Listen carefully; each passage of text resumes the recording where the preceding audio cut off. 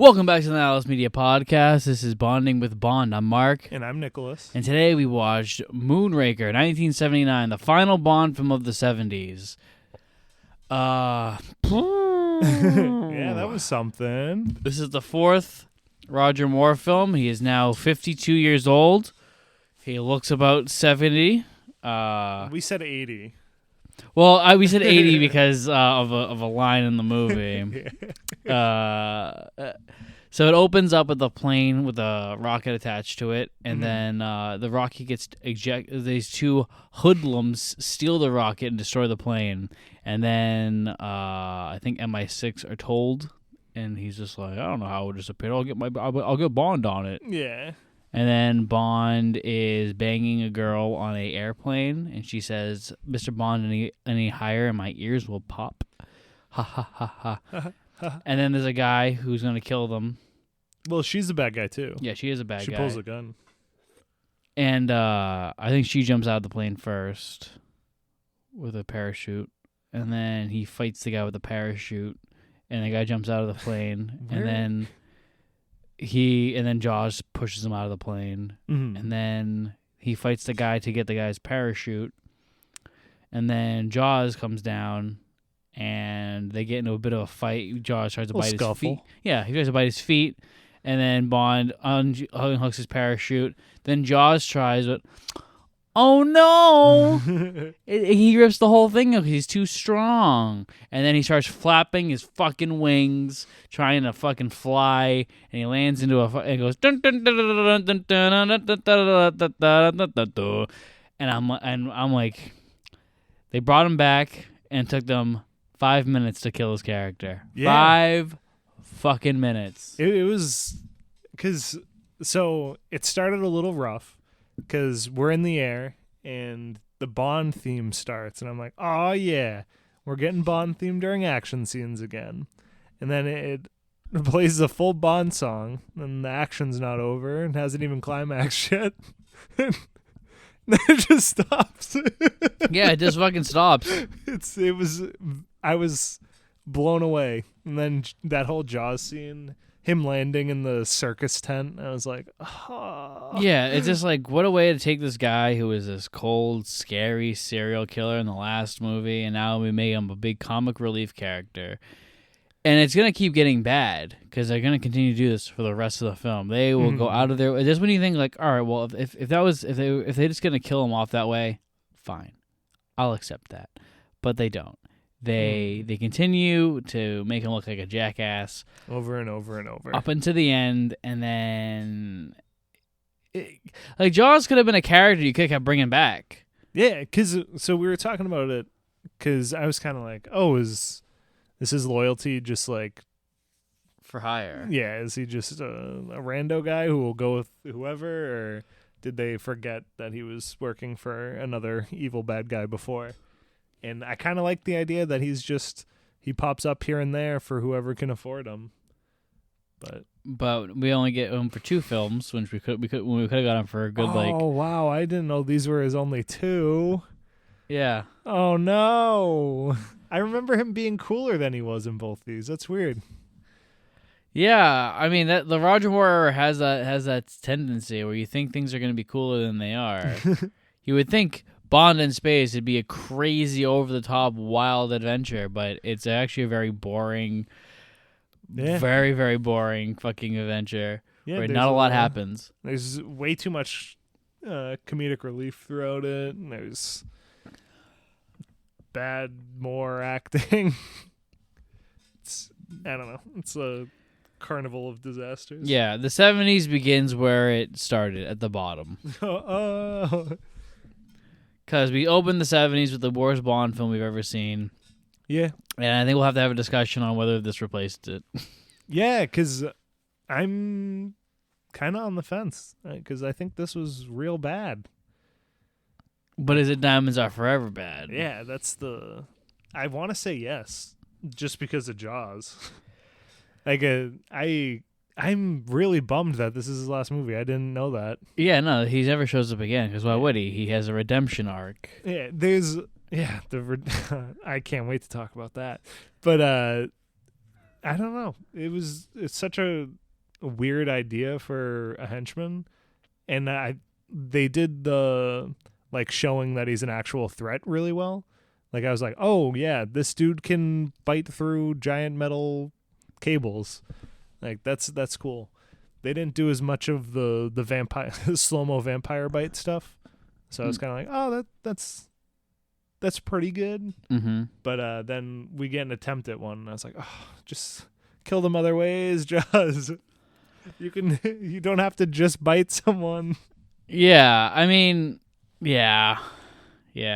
Well, actually, he starts using a gun. He uses a Uzi on the boat chase. Yeah, and it looks fucking stupid. They picked like the smallest SMG for him to use, and it would have been funnier if they had like an AK-47, but they just like shrunk it down a bit. Yeah. Oh, dude, that would have been perfect To show how big he is. Yeah. Ah, yeah, I would have liked that. Yeah. But let's give him a notoriously small gun. Yeah. So that will all your brain just goes, oh, it's small still. Yeah. Huh. We then have our opening titles, which is, the Moonraker Song, and this song sucks. Yeah, wasn't the instrumentals at the beginning of it are pretty good? Like at the end of the movie, I went, oh, this sounds pretty good. And then it started, and I went, oh no, it's just this again. It's just such a characterless, like, song. Yeah. It has, like, no character. It doesn't stick with you at all. Matches with the title sequence. Yeah, the title sequence is also boring as shit. But the only part of the song that ever sticks with me is the "Where are you? Why do you?" And then it has a do, and then the song becomes completely forgettable from that point forward.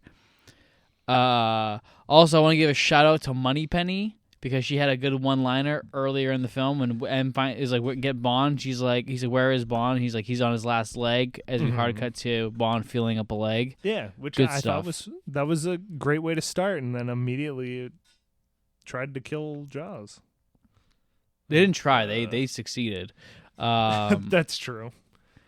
We then go to MI6. Bond walks into Moneypenny, walks into the office, and he proceeds to have no sexual chemistry with Lois Maxwell. He's like, "Hello, sister." She's like, "Hello, big brother." And he's pretty much being like, she's like, "Oh, where were you?" Like, he's like, "Oh, I jumped out of an airplane." She's just like, "Okay, Bond." And he's just like, "You don't believe me?" And I'm just like, why happened to the sexual tension? He doesn't even throw a fucking hat. Yeah, he throws a hat later in the movie, but it's dumb. Yeah, they can't even get that right. Like, come on. Every time he gets a martini, I just love yelling bourbon. Yeah, they still just give up on trying to be your own Bond. Just do some of the tropes. Yeah, and I think the hat's a perfect one. A small thing.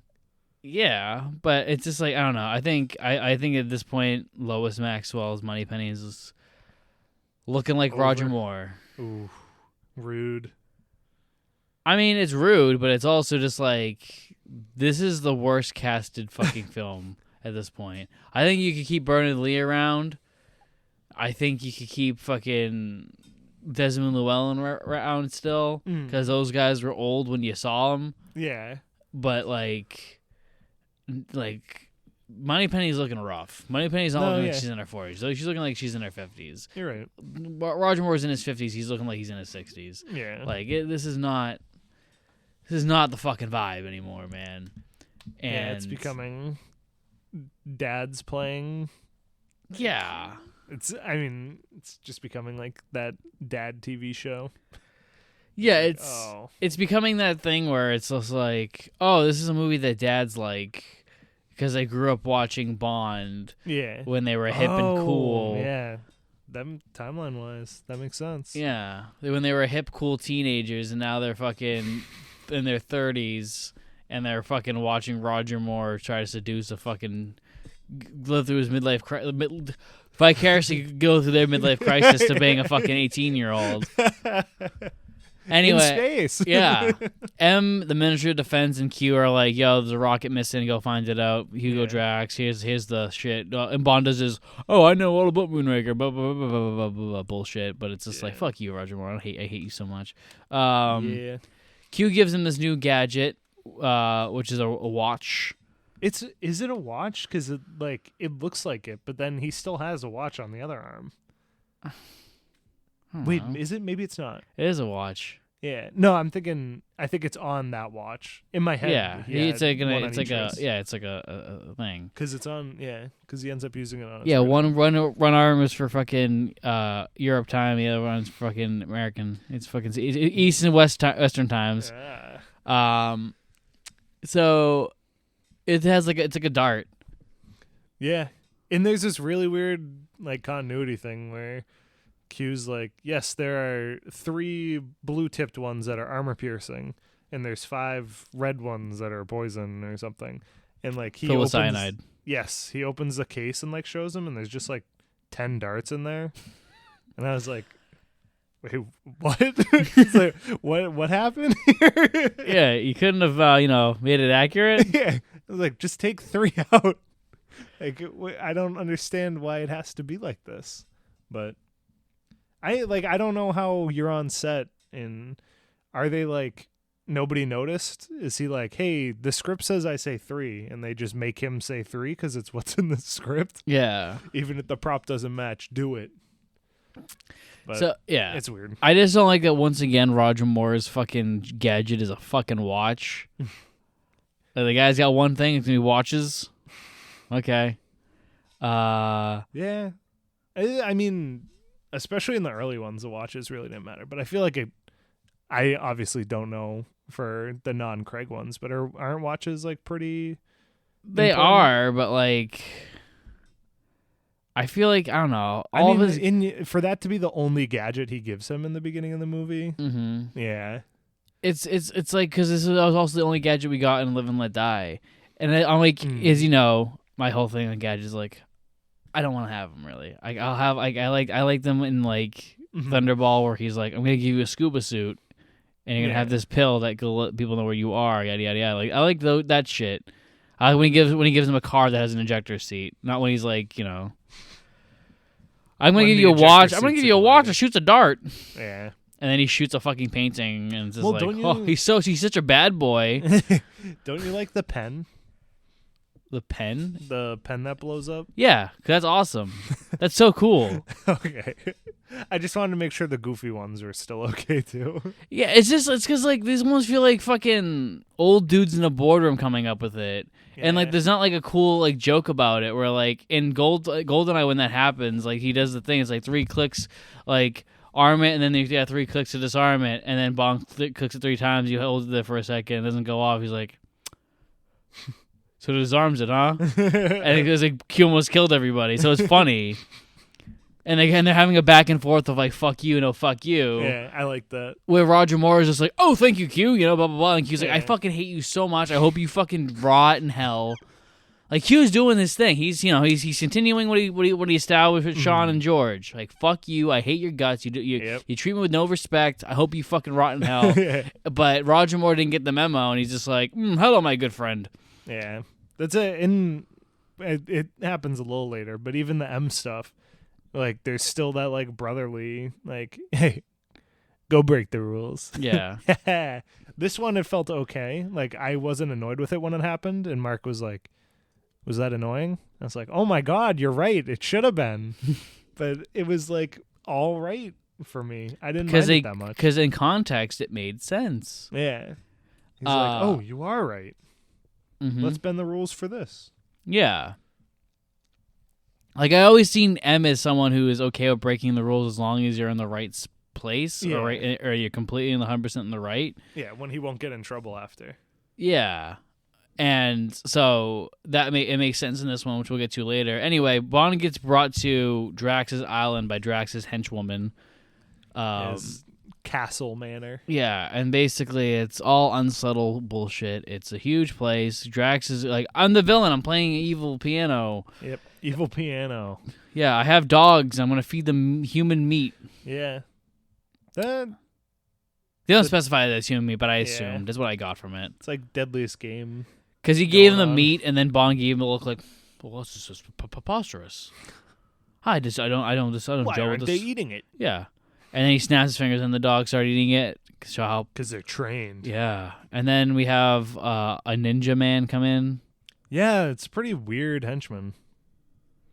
Yeah. He's like, the best thing that came out of the UK is afternoon tea, as Asian dude brings it to him. I was like, this seems... Why? Yeah.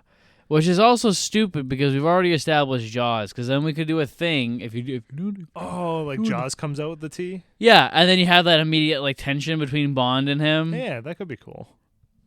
Because it's not like they both know what each other are doing already. Yeah, like this is like a thing where Drax is not trying to hide the fact that he is the villain, which I don't know why. Because his plan is pretty fucking... Yeah, he made the rocket that he stole. Yeah. So, which... I don't know why he just gave it to them at first. He could have just been like, hey, I'm still working on it, and then just done his plan anyway, and then he wouldn't arouse suspicion. But, it's his plan. It's bad. Man. Also, the dogs don't really come up...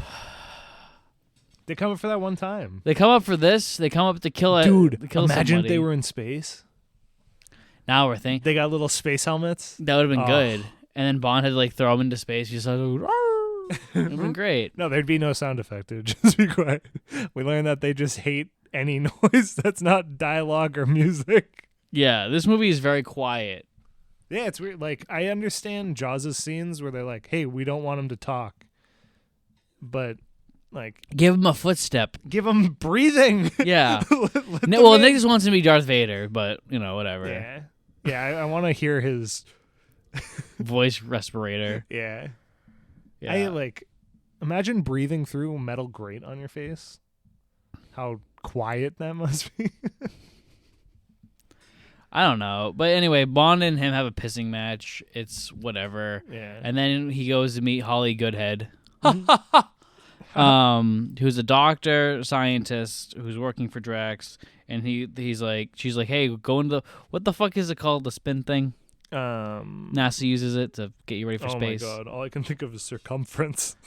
That is not what it is. Yeah. I can't remember what it's y'all called. know what I'm talking about. It's the thing that you spin in. It's the thing that Ryan Gosling passed out in First Man. Yeah, it gives you G's. Yeah. Anyway, she's like, yeah, well, she's like, you want to take a spin? And he's just like, oh, I don't know if I can handle it. She's like, Bond, even a 7-year-old can handle 3 Gs. Yep. And then he's like, well, there's never a 70-year-old when you need one. Like, that's not true. You're sitting right there. Yeah. And we said, oh no, she's calling my bluff. I'm 80. Yeah. This 3 Gs is going to kill me. Yeah.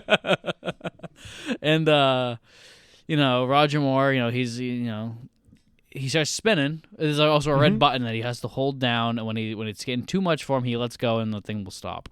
But Asian henchman guy tells her like, "Hey, Drax wants to talk to you." Yada yada yada. She goes to talk to him, and he unplugs something, plugs something else in, and then presumably to stop the red button from working. Yeah, it must be. Yeah, because he plugs something else in too, but I don't know. I assume it's just like it's gonna keep the thing moving, but it's not. But the red button won't work. That makes sense. That's what I'm That's what I'm assuming. Yeah. That's what Let's just hope that's what it was. Yeah. And then he immediately puts the thing. He starts moving it up quicker. Like, so I think he gets to 12 Gs. I think it goes to 13. Like it goes pretty high. Yeah, and I feel like they probably didn't stop on 3. That's pretty cliche. Like, 13, unlucky number. Yeah, I think I remember it's going high. 12. Yeah, it's at least it's either 12 or 13. It's to the point where it's like screaming to stop, but there's still like 5 numbers left. Yeah, Bond lets go of the button at like 7, and it keeps going. And then the shooting that vacuum right in Roger's face, and he's about to pass out, but we have a flashback to Q being like, with the nerves you can shoot a dart, and he's like, oh yeah, fucking doo. Yeah, we get anybody who knows me, I hate in movie flashbacks, and if it's something that happened not even 15 minutes ago and you flash back to it, I cannot stand it. How can you assume that the most interesting part of this movie so far, I've forgotten about it through all of the boring that's happened between those 2 scenes? Yeah. You know who needed to flashback? Sean Connery. Sean Connery had to do flashback. Yeah. Because his movies were interesting. It's like, why do it? There's a lot of things in this where I'm like, why do it? Yeah. But I will say this. It finally happened, ladies and gentlemen. Roger Moore Sweat. Yes, and it actually looks pretty good. So he gets to like 4 Gs, and I'm sure you can all imagine what I'm doing with my face, but when you like pull your skin back because the wind's going too fast or the G's are too high, it wasn't doing that at the beginning. He was just kind of like shaking his head. I was like, oh my God. They couldn't even get him to like do this little stunt by himself. But they end up doing it, and he gets all sweaty and stuff. I was like, wow, he's actually like immersed in the character's danger. Yeah. I was shocked, honestly. And you also, yes, you're right. They do go to 13. Maybe it goes. Does it pop up to 14? Maybe. No, we've already flashed back. Like it looks good when it looks like he's actually going to pass out. Like I applaud him for putting that much effort. Yeah, I applaud the special effects team. Yeah, more effort into this beginning scene than the rest of the movie. Yeah, and then Holly Goodhead's like, I don't know what happened. Something must have went wrong with the controls. Yeah. Oh my God, they don't usually have an explosive dart in them. Yeah. With that said, Holly Goodhead she gives a good performance. Oh yeah, she does great. Yeah. You really wish she was. I think Nick would agree with me. We wish that she was in the last one, not this one. Yeah, I think flip them. Yeah, I think it. Like she isn't enough to make this good, but maybe in the last one she could have improved it even more. Yeah, I think she could have got that one to a solid 4.5. Yeah, but now it will sit at a solid 4. Yeah, it was very perverted to see Roger Moore sweat because I had never seen the man sweat before. And he looks unwell, I guess, when he gets out, and he's like kind of like it's well acting falling and stuff when he's like falling into the wall. I didn't notice how bad that Day for Night is. Yeah, I'm glad I missed that. There's as always, we're watching the movie in the background while we're recording this, and another cinema sin that I hate is Day for Night. And there's no other sequence of Day for Night in this. Yeah. There's some bad rear projection, but I think this is the worst rear projection of the series. I don't know, because the volcano's still comical. Jaws on the fucking... No, yeah, you're right. On the gondola. Yeah. That one's really bad. That was bad. Yeah. Jaws, the close-up of Jaws when he's free falling. That's really bad, too. Yeah. There's a lot of bad. Yeah. There's also been a lot of bad rear projection. I remember something with boats in one of the movies that I was like, oh my God. Oh, it was the end. What was the one where at the end they're fighting on the boat? Thunderball. Yes. I hated that rear projection. I know I might be alone in that, but I hated it in that final sequence. Everyone's coming at me. And just to say that anybody who thinks this is the best Bond movie is clinically insane. I still don't believe that Mark has actually heard people say that. Yeah, I've heard Calvin Dyson, famed Bond YouTuber, fawn over how much he loves this movie. It has a couple redeeming qualities, but it is hot trash. Yeah. This is a not good Bond movie. This is the bottom of our list. Well, my list at least. Yeah, I'm not there yet. Yeah, Bond ends up banging Drax's henchwoman. Yeah, so she'll tell him things, and she basically brings into a safe, and it has blueprints in them. I don't know. It is so. It has like. I almost want to say like bills of sales for the glassware. Yeah. And we do get a kind of cool gadget. I actually liked this safe. You like the safe device. thing that we've had, a cool gadget that we have seen like fucking 4 times now. Yes, it's a different variant of it. You can see in the safe now. Actually, you can't even see what's in the safe. It just shows like the locking mechanism. Yeah. It went down a rank for me, but I still think it's pretty cool. I don't know, man. This is. I like that it's like cigarette case. I think the best safe cracking gadget was probably You Only Live Twice, but I also think it was pretty good. Done the best in On Her Majesty's Secret Service. Yeah, we're almost the same. Yeah. I really, On Your Majesties is just perfect, of course. I think it's too clunky to be a practical gadget, whereas this one, it's like... But they gave a it's like reason for it. That's why. Remember? Because it has the photocopier? No, because remember, it has a photocopier, but remember they have like the thing where they bring it up to the building and he throws it in the suitcase. Yeah. And they show that it is clunky and that it's not very practical, but they're using what they can to do it because Bond's rogue. Oh, yeah. No, that makes sense because he's rogue. Because I was like, no, like, I'm glad that they show that, but I like it more that it's hidden in a cigarette case and he can use it wherever, as opposed to there needs to be like a week of planning for him to be able to crack a safe. But where he was rogue, that's a very good point. Mm-hmm.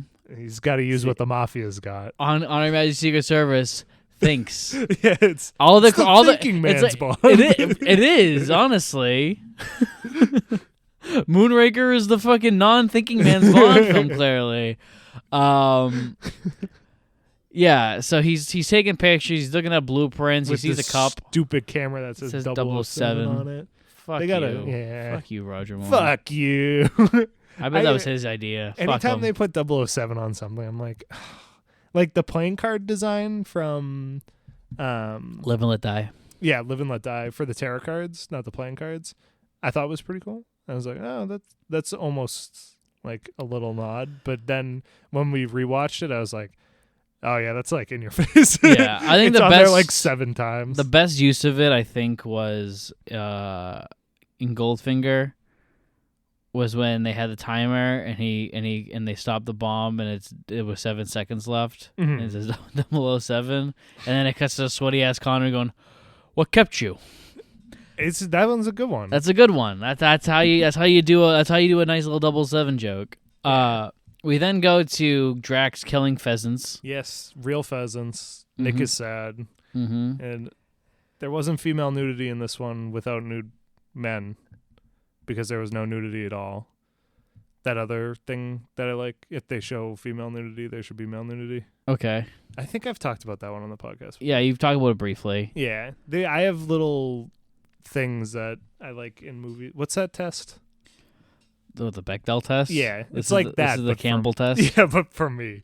And I don't like when they kill animals.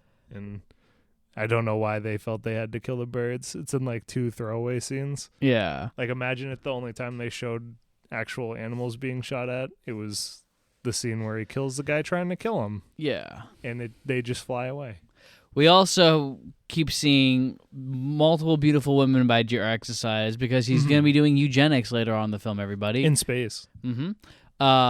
So anyway, Drax hires a hitman, like a sniper to kill Bond. Mm-hmm. I think he's like already in his entourage. Yeah, because he was already hanging out with them. Yeah, and Bond says like, "Oh, I figured I'd stop by before I left to say bye." And basically, they're like, "All right, you want to try killing some pheasants?" So then we would pull the trigger. Then the sniper, but it's on his property, so who gives a fuck? Why would they? I don't know. Why don't you just like shoot him in his bedroom? Yeah, why don't you just not give Bond the gun and then just shoot him?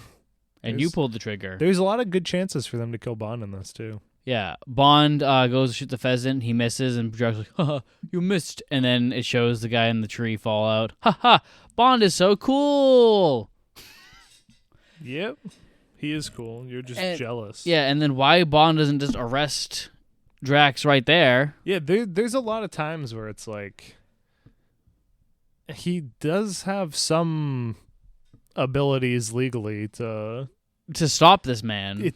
He can legally kill people. Yeah, and it's like if you kill Drax, his plans are probably not going to go through because it's all him. Meh. But he doesn't. I mean, actually, at this point, he doesn't know about the eugenics. Toxin, though.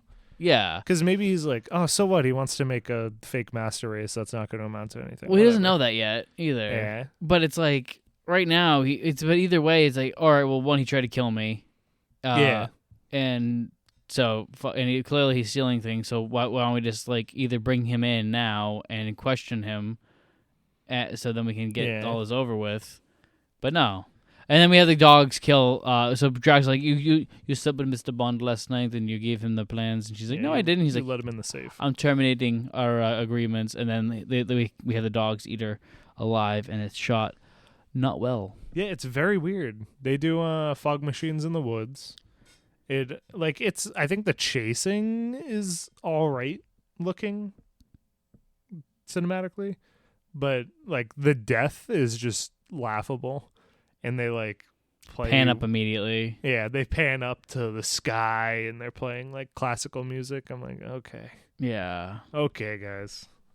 None of this is going to come back at all. I don't care. Yeah, then we go to Venice and he goes to a glass museum. Yeah, And then she's like, no, he goes to a glass store. It's also a museum, but he goes to the store first, and the receptionist, who is also be shown later as a eugenics girl, is like, how can I help you? He's like, I'm just looking around. She's like, go wherever you want. It's like, yeah, that's how fucking retail works. Yeah, I can. Yeah, I'll go down the aisles. I am a customer. Yeah, but then he just goes into the work area and he looks, yeah, this is where the glass is manufactured. Yeah, he does detective work by looking in a singular box, and it happens to contain exactly the thing he took a picture of. Mm-hmm. And the people in the background are making that one thing because that's the only thing they make now. Yeah, I have to applaud Roger Moore. I'll say this about Roger Moore's Bond: he's a much better detective. Where Sean Connery had to like really think and like disguise himself and like actually go in there and look for things and like sweat a bit. Roger Moore just walks in a room. That's what I was looking for. And nobody questions him. It's pretty lucky. Watching the scene, a guy just put it on the stool for him right next to him. Yeah. Just walked up, put the box there. Yeah. Why would we have our secret agent do secret agent things? I just love that he has to. It's like clearly the glass is the same as what was pictured earlier, and he has to like hold it up next to it. He's like, oh. How do you like that one, audience? Yeah, the block fits in the square slot, it appears. Yeah. Then he goes into the museum, which is right behind the door of the fucking shop. Which is very weird. But. Yeah. And he sees Holly Goodhead's there. Mm-hmm. And we're setting up tour guide. We're setting up everything in this room is very expensive because Bond's going to break it later. Yeah, I see. I actually kind of liked that because I didn't see it coming. I would have liked it in a good movie. Yeah. If by this point the movie already had built up goodwill, it's fine. But the movie's built up nothing but a bad taste in my mouth. Yeah. So with that, it's just like, oh, I get what you're doing. Let's fucking wrap this up. I don't even want you to show me this. I want you to just fucking do it so I can go home. Yeah. It's like I was like all right with it. The alarm thing is stupid. Yeah. I was like, okay. All for that one gag. Yeah, and it doesn't even make sense. But the problem that I really had with it is like when they get in the room, I was like, oh man, wow, they're like breaking stuff that's very expensive. This is interesting. And then 45 seconds, I'm like, wow, they've broken just everything in the room. This is great. Well, he ends up running into Holly Goodhead, and she's like, I wonder if this is a coincidence. He's like, maybe. We should get drinks. She's like, maybe sometime. I'm sure of it, but not now.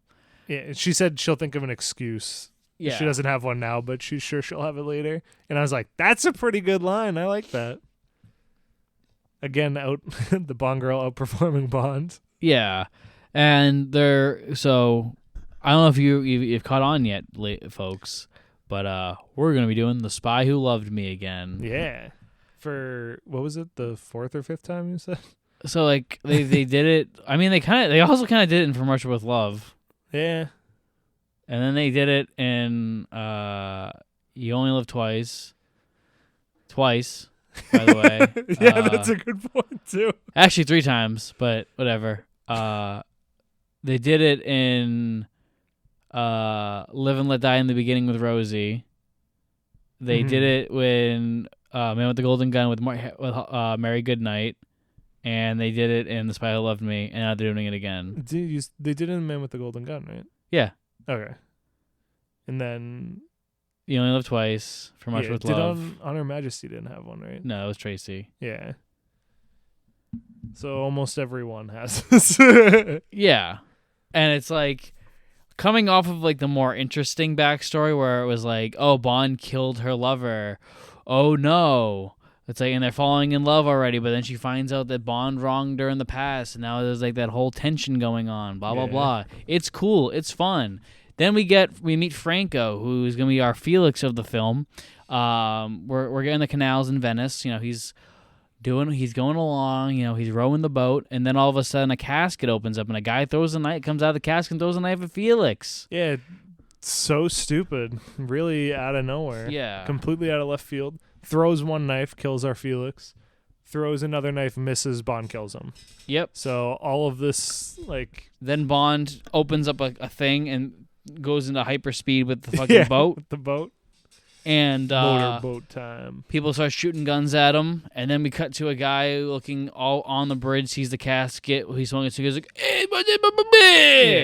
I don't know what the fuck. Yeah, it's we get a lot of weird, like especially coming up with some of the scenes for comedic relief coming up. It's embarrassing. Like my jaw was on the floor. I could not believe that it was made it. It was so bad that we had to watch it twice. I think we watched it 3 times. I think we had to do a triple take. Yeah.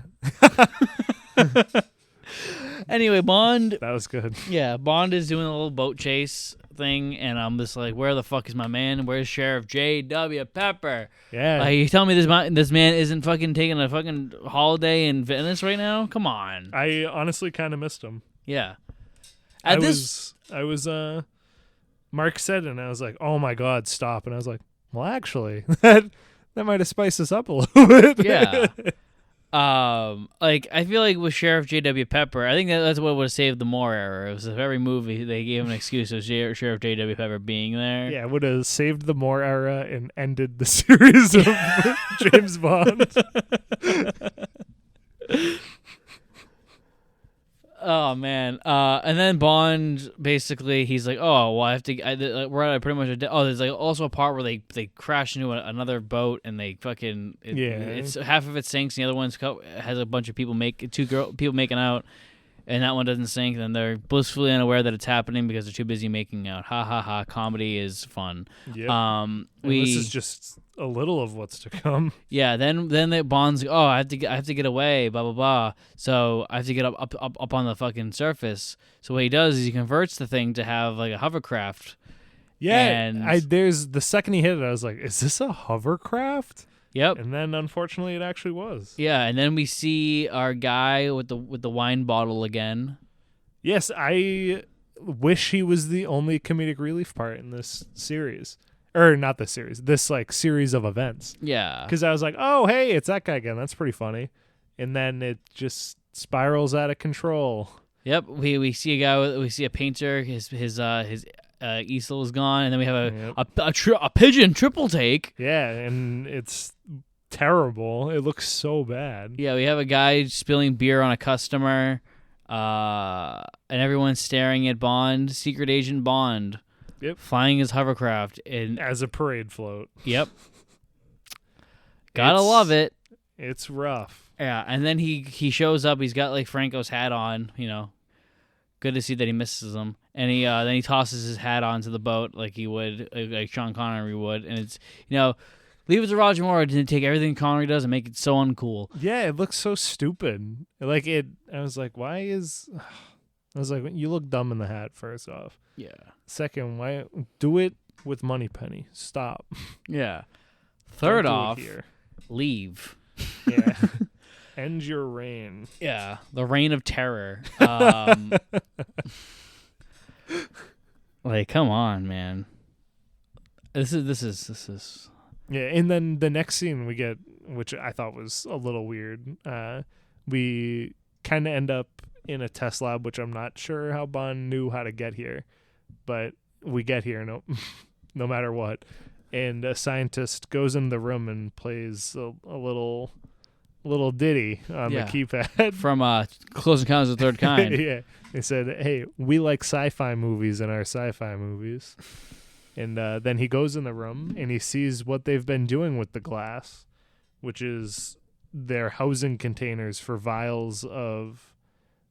He doesn't know this yet, but a strain of flour that has almost a nerve agent in it, and we learn that it's deadly to humans, but not to mice, because there's randomly mice in the room with them. And when they crack open a vial accidentally, because Bond put it where it wasn't supposed to, and he indirectly murders 2 poor scientists. Yeah, but the mice don't die. Yep. So we know that.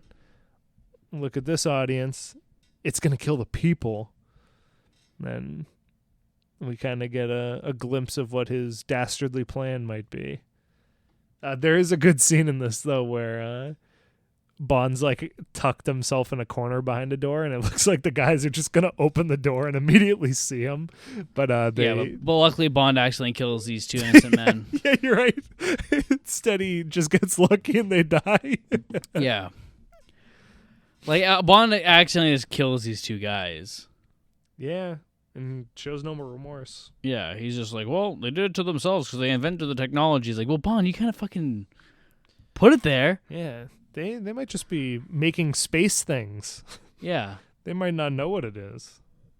Because I feel like if they knew what it was, they might have more safety equipment on. Yeah. Rather than just a lab coat. Maybe they'd have those gas masks on. You know, for the sensitive Bond, he's very insensitive. That's a good shot, though. It's a good shot where he's like lifting up the thing to look at it. Yeah, to look into it. Yeah, they got this nice like big circle light around behind him. Mm-hmm. Yeah, it's nice. It's nice. They got. Everybody gets one. And there's a couple in this one. There was There's actually everything in the New Orleans stuff is pretty good. Yes, there's a lot of the scenes with Jaws dressed up as a clown are phenomenal. But until he takes it off. He leaves there with one of the vials so that Q can, do his Q thing with it. Yeah, but he gets ambushed by Asian henchmen. Yeah, with a fake bamboo sword. Yep. And they fight and they go into the glass museum and they break everything. Mm-hmm. Bond goes to grab the thing with the alarm on it, but it makes an alarm sound, so he puts it back down. But then the guy breaks the glass anyway, except the bottom. Ha ha ha. Get it? Comedy. Get it? And it's funny. Yeah. And they go into an opera thing, into the tower, and then Bond throws him out of a clock window or clock glass, and he lands through a piano. Yeah, the face of the clock. Yeah. He breaks through it. And he says, "Play it again, Sam." Ha ha. Dude, I slapped my knees so hard. That wasn't the worst one of this movie. What was the worst one in this movie? It had to be the airlock kill. With, yeah. We'll get there. It's pretty bad. Next, we instantly thought of like 5 better ones. Yeah. Next we have Holly Goodhead, and she goes outside to look out of her window for no reason, and then she goes back inside to turn the light back on, and Bond's there, and she goes, but also Bond goes, ah. Like, why? It's weird, and it's shot weird too. It's like it cuts to her face before cutting between their hands and stuff. I don't know. It's weird. Yeah, I don't like it. I don't like it. Yeah. For ripping off Star Wars, it didn't take any of the good filmmaking techniques. It's being saved in the editing. Yeah. Star Wars is a great film to look at. Yeah. Imagine what this was before editing, though. Yeah, that might be... Yeah, this is also the last film edited by John Glenn, who will be the Bond director for the entirety of the next decade. Oh. Interesting. Is that a good thing or a bad thing? You'll find out next week. Yeah, I have my feelings. But he's actually really good. Okay. He does direct 2 pretty shit ones, but of his I think 5 or 6, he's 3 of them are good. So that's not that bad. Yeah, he's got a good track record. Yeah. In the scene we're going through CIA gadgets. So we got a pen that has a drug in it. I don't know if it's a poison or something. But yeah, it also has a dart. She has a perfume that shoots fire. Yep. For some reason it's a flamethrower. She's got a handbag that also, was she setting him up to burn himself? I don't know. If somebody was putting perfume on in front of you, would you then go put on her perfume? That seems like a weird move. Yeah. And then he does a little bit of spy work, but it's, I don't know. It's all to find out her gadgets that Felix probably told him where they were. Yeah. So fuck him. I miss Felix. Yeah, keep missing him. He will not show up for the next. Well, actually, he is showing up. He kind of showed up in this. But in the unofficial Bond film. Ah. And then you won't see him again until Timothy Dalton, and then he goes away. Until Craig. To go on just a quick tangent, Mark sent me something really cool that George didn't only have one Bond appearance. No, he didn't. He's had 3 at least. He was in a little cameo in The Man from U.N.C.L.E. Yeah, and there's a little car chase scene with him. That was pretty cool. Playing JB. Yeah, we'll have to put that in the description because I feel like that might be obscure enough that people haven't seen it. Yeah. Well, Nick was always, when we were ranking Bonds last week or whatever, Nick was like, I think it's unfair to rank George because he's only did one performance. And I was like, well, actually. Yeah, because I was kind of debating just picking the best one from each of them when we get to the end and then rating them that wise. Just because I feel like I liked Sean a lot more because I got to like grow with the character with him, like watch him develop more. I wish I could say the same. Yeah. But I feel like if I pick one standalone from each of them and then compare it, that would be more fair in my brain. I mean, I guess, but I think you have to go. You can't go off of best movie. You have to go off of best performance. Yeah. So I think with Connery, his best performance is in Thunderball. Yeah. And then Russia. I'm not just gonna pick like, George has my favorite movie. George is my favorite. Yeah. Like, because I don't know. Because like, Sean has some good parts too. Yeah, because like Thunderball is his best performance. Either that or From Russia with Love. Yeah. And then this. Versus, and then George has George, and then Rogers is probably a spy. Yeah, in terms of his performance, because I Live and Let Die, but it ain't him. he's literally the problem with the movie. Yeah, Man with the Golden Guns, like that's pretty bad. Yeah, I don't think he's really bad in that. It's got to be Spy Love Me. Yeah. I mean, I think his next one might be it. I think is possibly his best. But it's like, I don't know. I have, that's another one because like I have fond memories of this one. So I'm thinking, do I just have fond memories of For Eyes Only because I watched it a lot as a kid? Probably. I know there's a pretty brutal fucking scene where he kicks a car off a cliff. Huh. There's a... It's later on, so I'll talk about it later on. But there is a semi-brutal scene in this that I liked. It wasn't brutal because of him, but the ambulance scene. I think it's coming... No, that's after the gondola. Yeah. Anyway, Bond. Yeah, so Bond is looking up good head stuff. You know. Also, actually, we should go back. We should go back a bit. There, for some reason, Bond just fucking hates Goodhead. Yeah. Oh, my favorite part was when he was like, "You're a Goodhead." A woman. You're a doctor. A woman doctor. A woman scientist. It's like, wasn't that the whole thesis of the last movie? Wasn't that the thesis of fucking On Her Majesty's Secret Service? Yeah. A movie that was made 10 years ago? Yeah, it's embarrassing. And it's like, we're still doing the whole Bond's a misogynist thing? Like, what the fuck? Yeah, it's... And it's not even doing it in like... And like, I'm fine with Bond being a misogynist. In fact, I encourage it. But like, it needs to be clever. It needs to be. It can't be just a woman. You know, you're doing that's some Clint Eastwood shit. You don't want to do Clint Eastwood shit. You want to do Bond shit. Yeah. You know, you want to have fucking Bond be like, you know, see Pussy Galore, and then Pussy Galore kicks his fucking ass. Yeah. You know, or George Lazenby's like a woman, and then he's when all hope's lost, a woman is the one who saves his ass and does the greatest car chase in the series, and then or like, that car chase is so good. I know. And then fucking the last movie was the same thing. It was like a woman, and then she's like, she gets everything before he does, and you know she's better than him. That's doing spy shit, and she knocks him out on a boat. It's yeah, it's pretty good. Yeah, and then he's all mad he got knocked out because I think like the misogynistic undertones of him being so upset after he gets knocked out on the boat. I'm like, yeah, this is good. Like, you can tell he's like, a lady beat me. This can't be. Yeah, I like I said, I'm fine with Bond being a misogynist, especially because I think that, because I'm in my head, Casino Royale has happened. You know what I mean? Yeah, it's because it should. Yeah. So, like, that was his first mission regardless. Yeah. And I feel like the misogyny stems from his, which is here's what's so weird is that so Craig actually has this, and they don't run with it, but with Connery he doesn't even have it, but I'm letting it happen. Mm-hmm. Whereas I feel like the misogyny from the Bond character and his mistrust of women starts with like Vesper betraying him, Mm-hmm. and I don't think it's like women aren't better than men. It's more of just like I don't trust you. Yeah. But with this, He's just an incel. Yeah.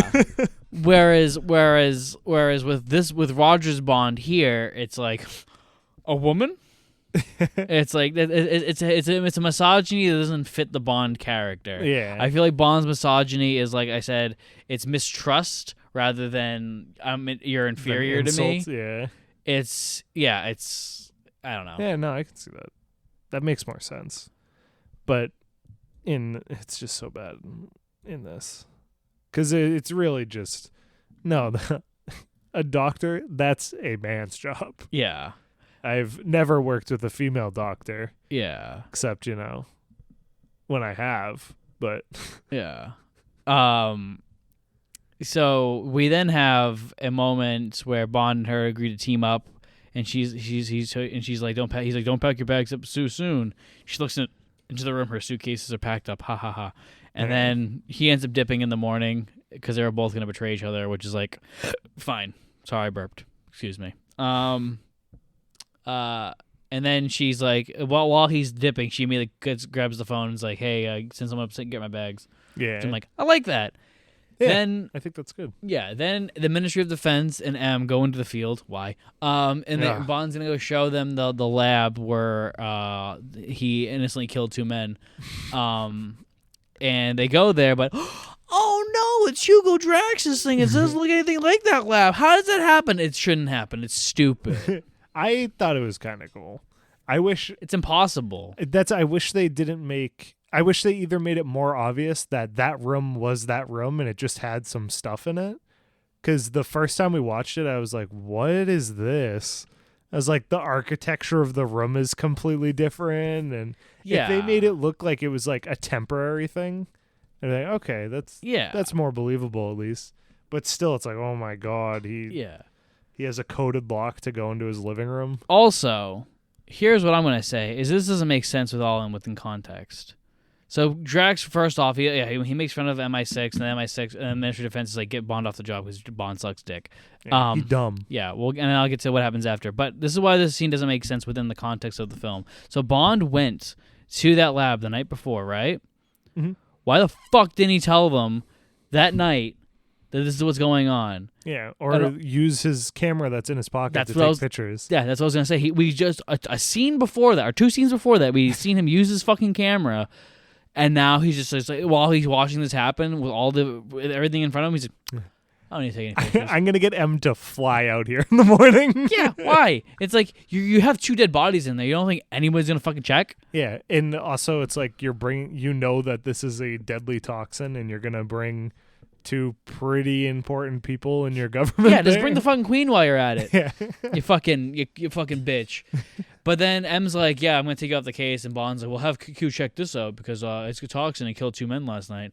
Not going to say it was me, but it was me. And then Q's just, and then M's like, I just watched. Yeah. M's just like, okay, well, like, take this as you're taking 2 weeks leave. Have any ideas where you're going to go? Yeah. And it's like, I'm going to go to the place where the trail is. And M's like, don't mind if you do. Yeah, he's like, I've been talking about going to Rio for so long. And he's like, yeah. Go to Rio. Yeah. Enjoy. I think you've mentioned that before. Yeah. Yeah. But here's why this doesn't make sense again. Dun dun. Our favorite segments. So if Bond is going on leave, that means he's going rogue. Right? Even if M is behind him, he's going rogue. Yeah, it should be just M who's in on it. So why, when we go to Rio, does Q give him more gadgets? Supposed to be fucking rogue. I could assume that maybe Q is in on it, but there's also people in Q's lab and Moneypenny's there, and they have this random base in Rio for some reason. They did the thing like they did in that cruise ship off of Hong Kong. Yeah, Man with the Golden Gun. Yeah, and they just like have this secret base out there that runs exactly like MI6. Yeah. And then you start thinking, why does this make... But no time to think about that. Jaws goes to a metal detector. Dun, dun, Comedy! dun. He's back. God, things are so fucking funny, guy. Oh, my God. What's so...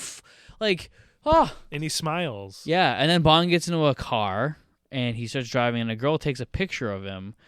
And then... While they're driving, yeah. Yeah, and then, and Bond poses for it pretty much. We're a far cry away from, almost 15 years ago when fucking... When someone tried to take a picture of Sean Connery and Sean Connery blocked it, and then the lady looked a light bulb, and it fucking got me confused. Yeah, it was the best. Yeah, I got all hot and bothered. Yeah, I like when he... And again, spy? it's like, yeah, whether it's him posing for a picture or if it's earlier in the movie when he's on a float going through crowds, I'm like, how are you a spy, bro?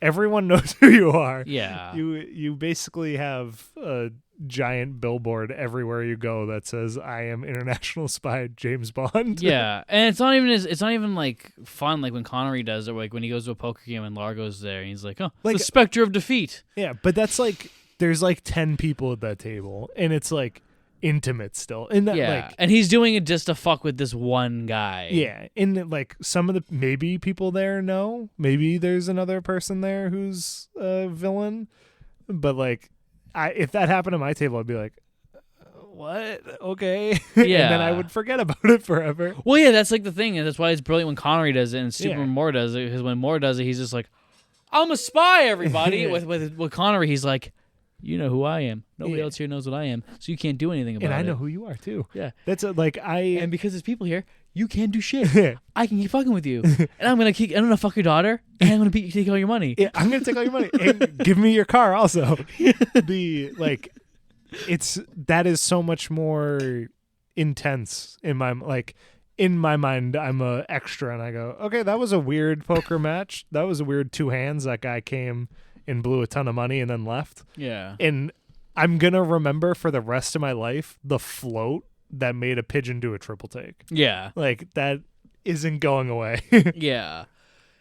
And so, but we meet the next Felix of the film, this woman by the name of, I don't remember either. 'Cause she's in 2 scenes, and she immediately goes away. Yeah, and she has a really bad Jaws scene. Yeah.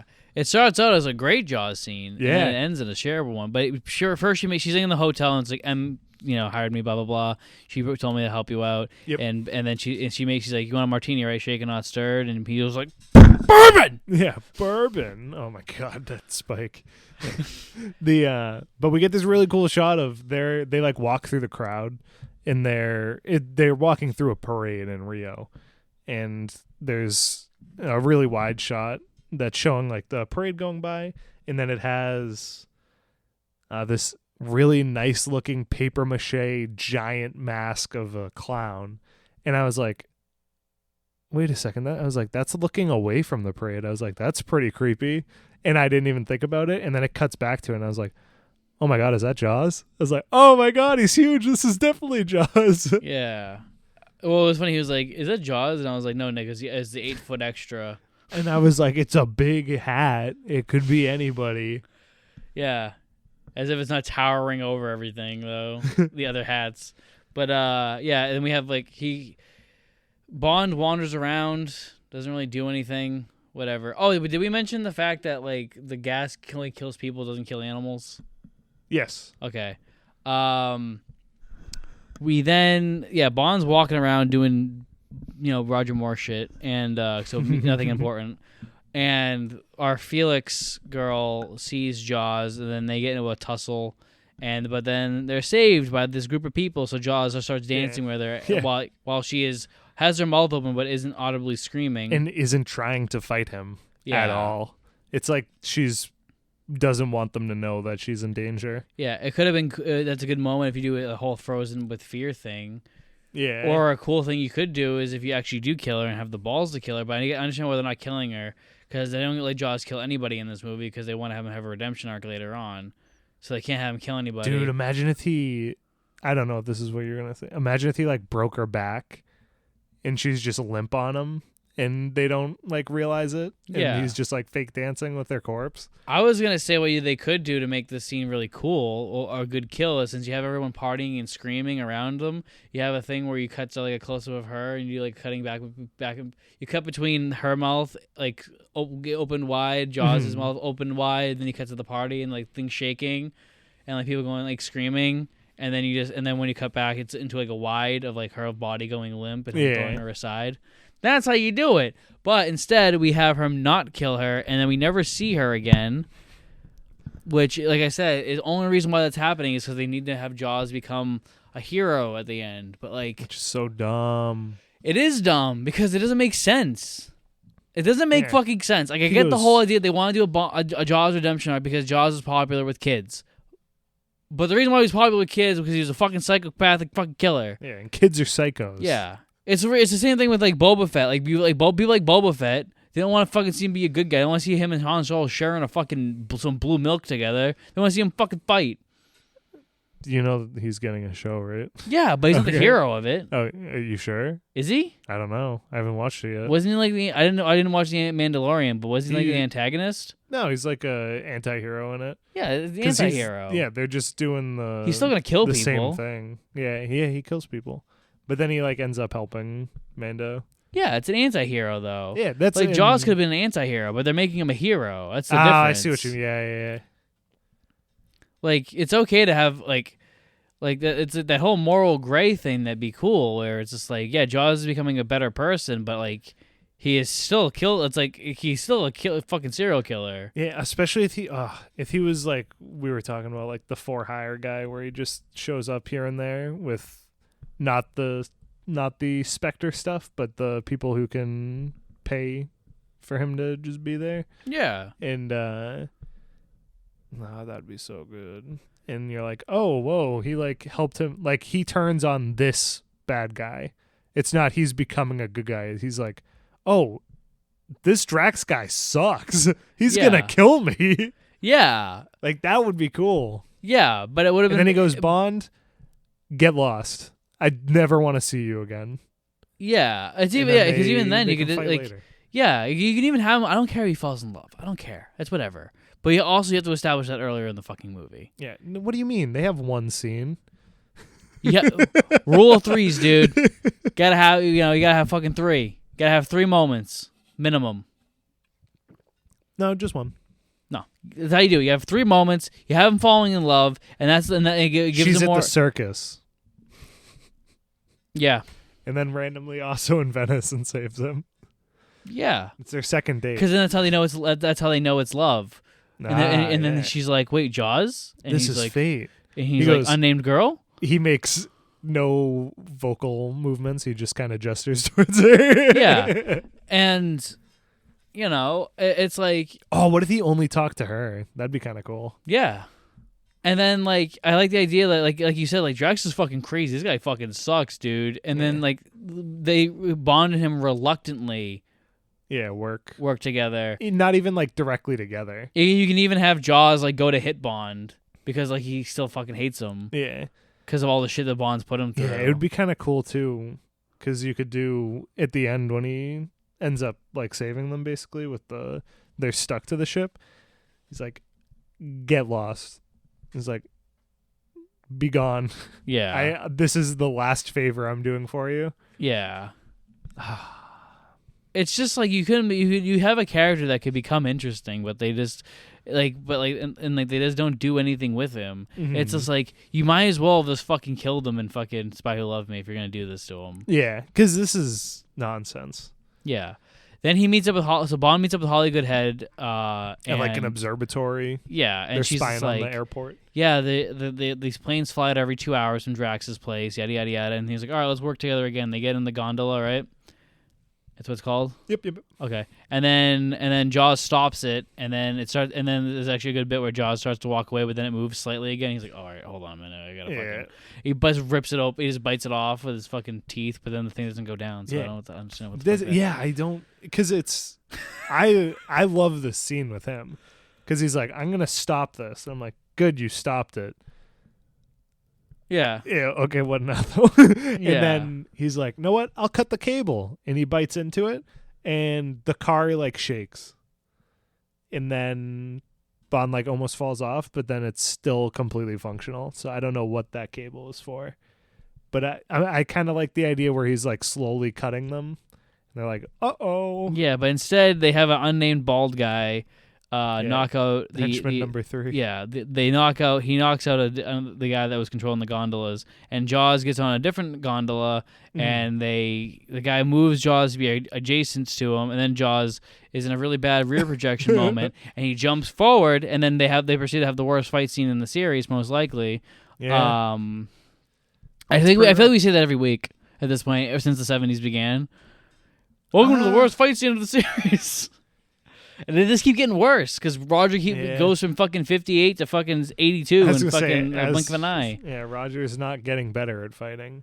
Yeah. Well, in the last movie, he like telegraphed movements a lot, which I was like, bro, you are just tag your double in. Like, just don't even bother, man. Like, this looks terrible. Well, I think with that one, they also had a lot more moments of him just shooting people, which was fine. Yeah.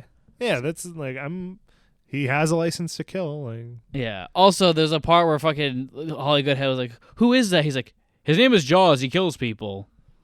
I don't know him socially." And it's just like, why? So Bond. I know Bond's supposed to be like the amazing secret agent, but she works for the CIA. And Bond was like, "Oh, the first time he met Jaws, he was like, 'Hello, Jaws.'" He was like, "Yes, I know who you are. You're kind of famous. Yeah. You're kind of a big deal in the henchman world." So I don't know if she's a bad spy or they forgot she was a spy for a minute. And well, she's a woman, so she can't know. Oh, yes. No doctor, no spy. Yeah. And then they push him into the gondola like they're giving him a fucking swirly. Yes, that does look like a little swirly. And they close the thin metal hatch on him. Yep.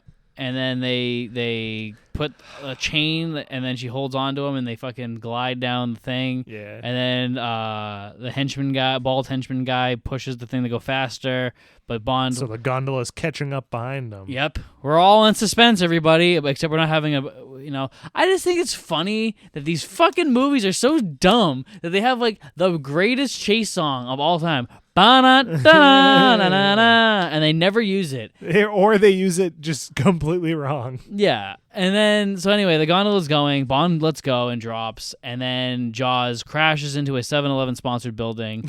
Everything gets destroyed except a 7-Eleven container. A big chug or something. Yeah. And people most likely have died. So Jaws, you see a ton of people outside of the building before they go into it. Mm-hmm. But we have a nice slapstick moment where Jaws goes "Eeeh," before he fucking crashes into the 7-Up building, and then we. Nick, you fucking say. I'm gonna laugh. Yeah, the building's destroyed, and there's a giant cogwheel on Jaws, and it's kind of confusing me because he's struggling to get it off of him. It's around his head, and a random woman shows up and helps him lift it off of him, and he instantly falls in love with this good Samaritan. With pigtails and giant titties and glasses. Yes. In the original, I remember reading somewhere that the girl was supposed to have braces. Because then metal teeth, haha. In the there's a big reveal with her smile, so that's gotta be it. Like that would have been so much better. Yeah, it's like shot to reveal that she has braces and then she doesn't. Yeah, and then Bond sees that happen, I guess, and he's just like, "Huh, interesting. My ankle hurts. There's sand in my shoe." Yeah, and then I think don't they fuck there? Yeah. No, they start kissing and the ambulance shows up, and he's like, "Oh, thanks for coming by" or something, and then he gets blackjacked in the head. Oh yeah, and then there's a fight scene on the ambulance where she's looking at the guy and she smiles at him. Yeah, it's like this weird. And Bond unleashes himself, and then they fight, and then I think he falls out of the fucking car. Yeah, there is a scene in there that I like where the captor's head falls into her hand, and she like grabs onto his hair, and then Bond like sucker punches him down, and she's still holding on to like clumps of his hair after his head has gone down. Yeah, as they drive past the 7-Eleven billboard side, of course. Yeah. Yep. There's also a stupid part where Bond falls headfirst into her her private area, and she's like, and he's like, "Sorry, darling." It's like, shut up. And it like this isn't the time. It's like an all right fight scene, and that just like that and the sped up footage at the end of it is just atrocious. Yeah. So they still have Holly, but Bond gets away, and then he does his best Clint Eastwood impression. Yeah, he throws what are those called? Bolas? No, the like sweater. It's like a vest. Oh, poncho? Yeah, he throws his poncho on, and yeah, they said, "I remember the good, the bad, the ugly." Yeah, let's do something from I that. I am shocked, honestly, genuinely shocked that because last time we had the Lawrence of Arabia theme, I'm surprised it didn't go. Yeah, we already had the stinger from Third Kind. Yeah. What's the full title? Close Encounters of the There Third we Kind. go. I couldn't remember. Have you seen it? Yeah, it's a great movie. Yeah, I think I saw that randomly at Coolidge one night. I was like, yeah, I'll go watch that. Oh no, it was Luna. It was a Weirdo Wednesday. Yeah, I was like, this is pretty good. Yeah, it's not really that weird. But I remember one time when we were working together at a movie theater, we were showing it at showcase at the theater that we worked at. Yeah, and we like it was playing there, and like you were like calling me on the radio to do something, and I just sat and watched Close Encounters of the Third Kind. I don't blame you. Mark, can you check the bathrooms, please? And you're like, Mark, where the fuck are you? And then like I see you walk into that theater, like, what are you doing? And I'm just like, I'm busy. Yeah, I'm fucking busy right now. I'm doing my job. Yeah, and making sure this looks perfect. Yeah, we have another sexless Moneypenny scene. Oh, it's so bad.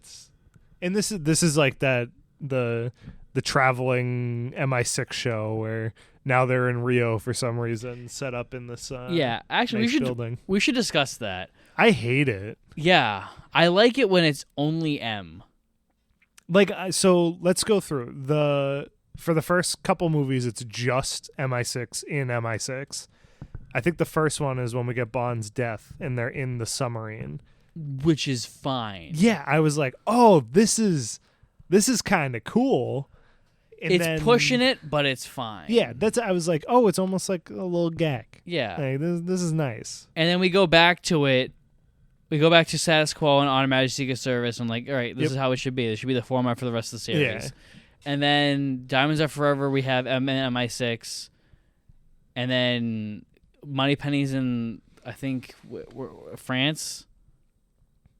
Yes, I think so. And then fucking Q's in Vegas. And I'm fine with Q. That's if any of them can travel, I think it would be Q. Yeah. Because even though like Moneypenny is like the secretary, it's like, but she's M's secretary, and he's clearly very busy. Mm-hmm. Not like, hey, go give Bond this letter. Yeah. Like Q is making gadgets for 00 agents. Yeah, and also with Q, they established it extremely early that he travels. Yeah. They do it in Thunderball. Yeah. You know, with little. No. Oh, that's when he gives him the pill and he has like the scuba gear and stuff. Yes. And all that's the best M scene we've ever had. What? Yeah, it is. Shit? Yeah.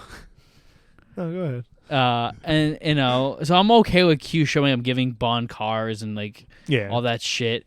But and like M, I'm fine with it when it's done at the most minimal. Like it's like, oh, he goes on the submarine in the Hong Kong thing. Like it's a base, it's a secret base, but he's only there. Even that, I'm kind of like, that like, because he's in Hong Kong for a while, right? Yeah. Like it's Bond's probably there for what, like 3 days or something. In my head, it's like they're there for like 3 months. But I guess it's not really that big of a deal for him to be working remote from this base that they have. But I don't like the submarine one. I like the submarine one only because they're on a mission that isn't on the books. Yeah. Oh yeah, I guess that makes sense. That's why I like it. Yeah. But when M is like has Egypt MI6 with Moneypenny and a pyramid, I don't like that. Yeah. I like Spy Love Me. I don't like that. I don't like the Moneypenny's there. Moneypenny should be at MI6. Yeah, and that's like we're on the same page. Yeah, like I'm exactly the same way. Yeah. In this one, it's that same Egypt scene where it's like, oh look, we have an extra base over here. Yeah, and that's and they can get away with it only slightly. There's like a if you never do it again, you got away with it. Mm-hmm. Where because it's just like, all right, you can make the argument that they had to do it because it's a neutral ground for Gogol and M to be at, or neither man is at their strongest. Oh, yeah. I'm like, I'll accept it, but don't do it again, and then they do it again. Yeah, and that's even. And boy, am I mad. Yeah. Did that have to be in a pyramid though? Could it have just been like an office building and it's like this boring bureaucratic thing where you're like, yes, we're in neutral territory because we're working with the Russians. I kind of would have liked that. It wouldn't have been good scenery. Yeah, it doesn't. I mean, I didn't think the hieroglyphics like looked cool or anything. I was like, oh, I guess we're in very UK of you to just take artifacts and make a base in it. Yeah. The only other thing I'll say is for the submarine, not the submarine, the sunken ship in Hong Kong, what if it was a TV that he was being called in from? Because I think that would almost be excusable there. Like he's like, hey, I can't be there because I'm a big boy and I have to be at my job. I like the idea that he's like he's taking like a 3-day vacation type thing. Yeah, and he's doing this mission Rogue with Bond. That's the only thing I can. That's my argument for that. Mm-hmm. We then have Q shows a couple gadgets. Q scene. Yeah, we have Q shows some gadgets. He shows them some bolas that blow up. He shows them a fucking a sleeping man that turns into a machine gun. Yep. And then he shows us a laser gun, which will most likely not have any significance over the rest of the film. Oh yeah, it was. I sat there and I'm like, oh yeah. Sometimes these have scenes where it's like, oh yeah, that's coming back later. And I went, well, 2 of them are like Mexican stereotypes, and then one is a space gun. Yeah. So I think the laser gun's coming back. You had a major issue with the Q scene. Which part? So Q is telling Bond what's in the strand of why it kills people, not animals, and where it's coming from. I hated this. And then Bond corrects Q. Now Nick took great exception to that, so take it. Yeah. So Nick. I like when Bond is like the one-uppy guy. Sometimes I like when he does it to M, because I think that furthers their like fuck you relationship. I almost want to say like father like disconnected son type relationship, but like I feel like Q should be the all-knowing guy. In this case, it's like, oh, Bond found this toxin, gave it to Q, and Q has been researching it for 2 days. And for some reason, Bond is right about a fact about a flower that maybe he should loosely know exists, but instead he's some expert about this random extinct plant in Brazil that wasn't connected to anything in Venice where he found the serum. Exactly. Yeah, and it's like, and it's also like the more when Moore does it, it comes off as like a dick. Yeah, and then it cuts to M, and M's like, "Great job, Bond! You're so smart. I love you." Yeah, when Connery would do it, you just see that fucking M is being beat red, being like, "Fucking hate this motherfucker." Let Q talk. I hate this motherfucker with a passion. God fucking damn it! I hope he fucking dies. That's why we're giving him a gun with less bullets. Yeah, I don't remember if it was great or if it was good in the book from Diamonds, but when they're like talking about the diamonds at the beginning, Bond's like, "Wait, what?" Like I think it's in the book. That would make more sense because that movie was awful. No, in the movie they ask him, and then he's just like, pours out a glass of like whiskey, and he's like, well, here's the Wikipedia article on diamonds, and he proceeds to tell you the opening of Uncut Gems. Yeah, that's a good comparison. Because I think it's in the beginning of the book. M shows him a fake diamond, and he's like, "Yeah, this looks good." And he goes, "That's fake, idiot." And then they like go over, because I remember they have all the different like specimens of it to show him the different cuts and everything.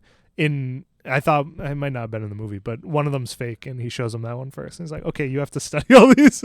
Yeah, because neither of us know anything about diamonds. That's good. And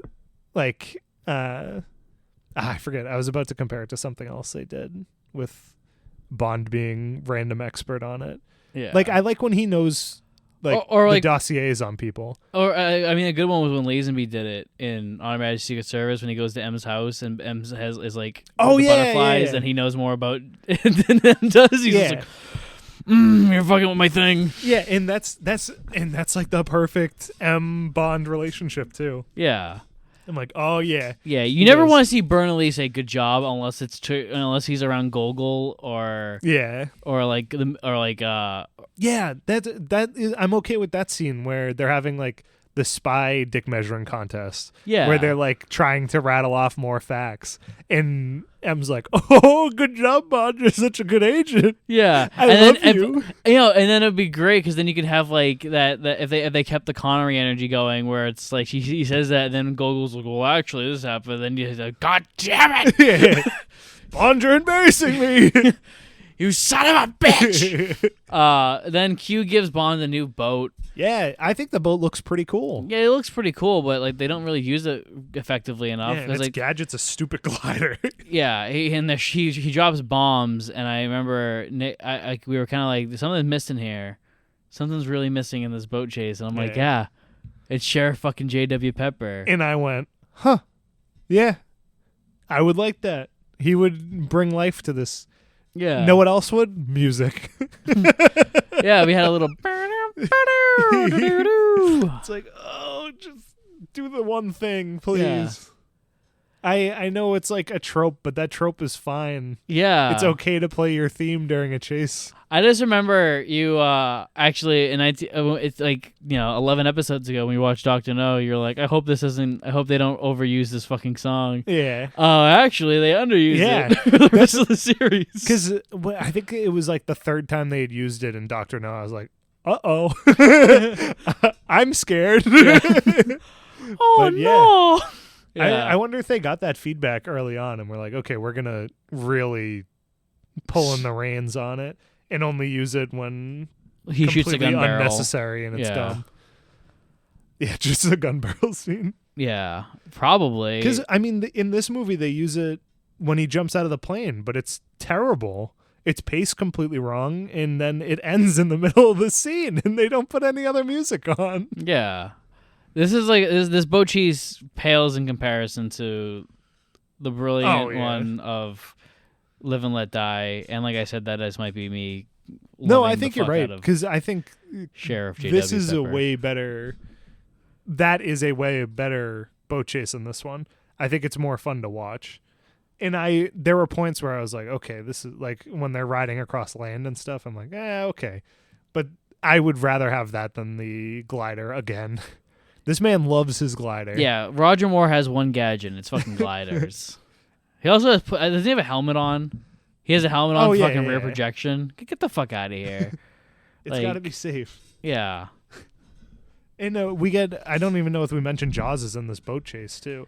And I love his costuming with the suspenders and just like that almost like Indiana Jones shirt. Yeah. I think he looks so cool. Yeah, you got what you wanted. Yeah, and then he gets if you remember in the last episode, I was like, man, he looks like a goof in this big suit. I was like, just give the man the suspenders and let him look cool. Yeah. And they listened to me. But then they gave him a little mini Uzi to shoot. Yeah, and they also took away all of his cool things of his character. Yeah. And then Bond glides over the waterfall, and Jaws is like, "Oh shit, let's turn the wheel," and he grips the wheel off, and then he goes, he's like new face, Yeah.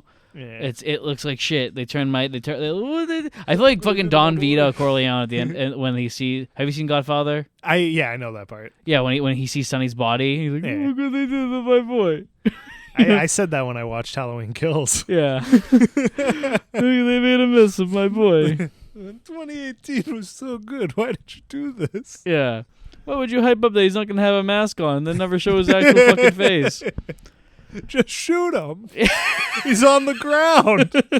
Someone cut his fucking head off. Yeah. It's fucking easy. You're so close, everyone. Why do we have more sequels than Friday the 13th? Ugh, it's something. Why are there 4 different fucking timelines? That's just good writing. It could be worse. You could be like, side tangent, but it could be like the Texas Chainsaw Massacre, where every sequel they've made is a reboot. That's impressive. I've seen the first one, and that's it. The second one's a direct sequel to the first one. The third one is a direct sequel to the first one. The fourth one is a direct sequel to the first one. Then there's the remake, and then there's a prequel to that remake. So that remake doesn't even get a sequel. Yeah. And then they made a direct sequel to the first one again. And then they made a direct sequel to the first one again. And now, spoiler alert, in February, we're getting a new sequel, a direct sequel to the first one. Oh. So I think we're at 8 series. I watched the first one because of you. It's a great fucking movie. Yeah, I don't like gore that much. And Mark was like, no, it doesn't have that much gore. I was like, you're telling me Texas Chainsaw Massacre doesn't have a lot of gore? And yeah, it was all pretty good. Yeah, one of the best horror movies ever made. Yeah, Bond really cool. Finds the receptionist girl. I almost forgot we were watching this movie. Yeah. Bond. Also, yeah, if you guys, once we finish the Bond series, we're thinking about just doing a film podcast after this, where me and Nick watch a different movie every week, and sometimes we'll do franchises and we'll do the whole thing. Yeah.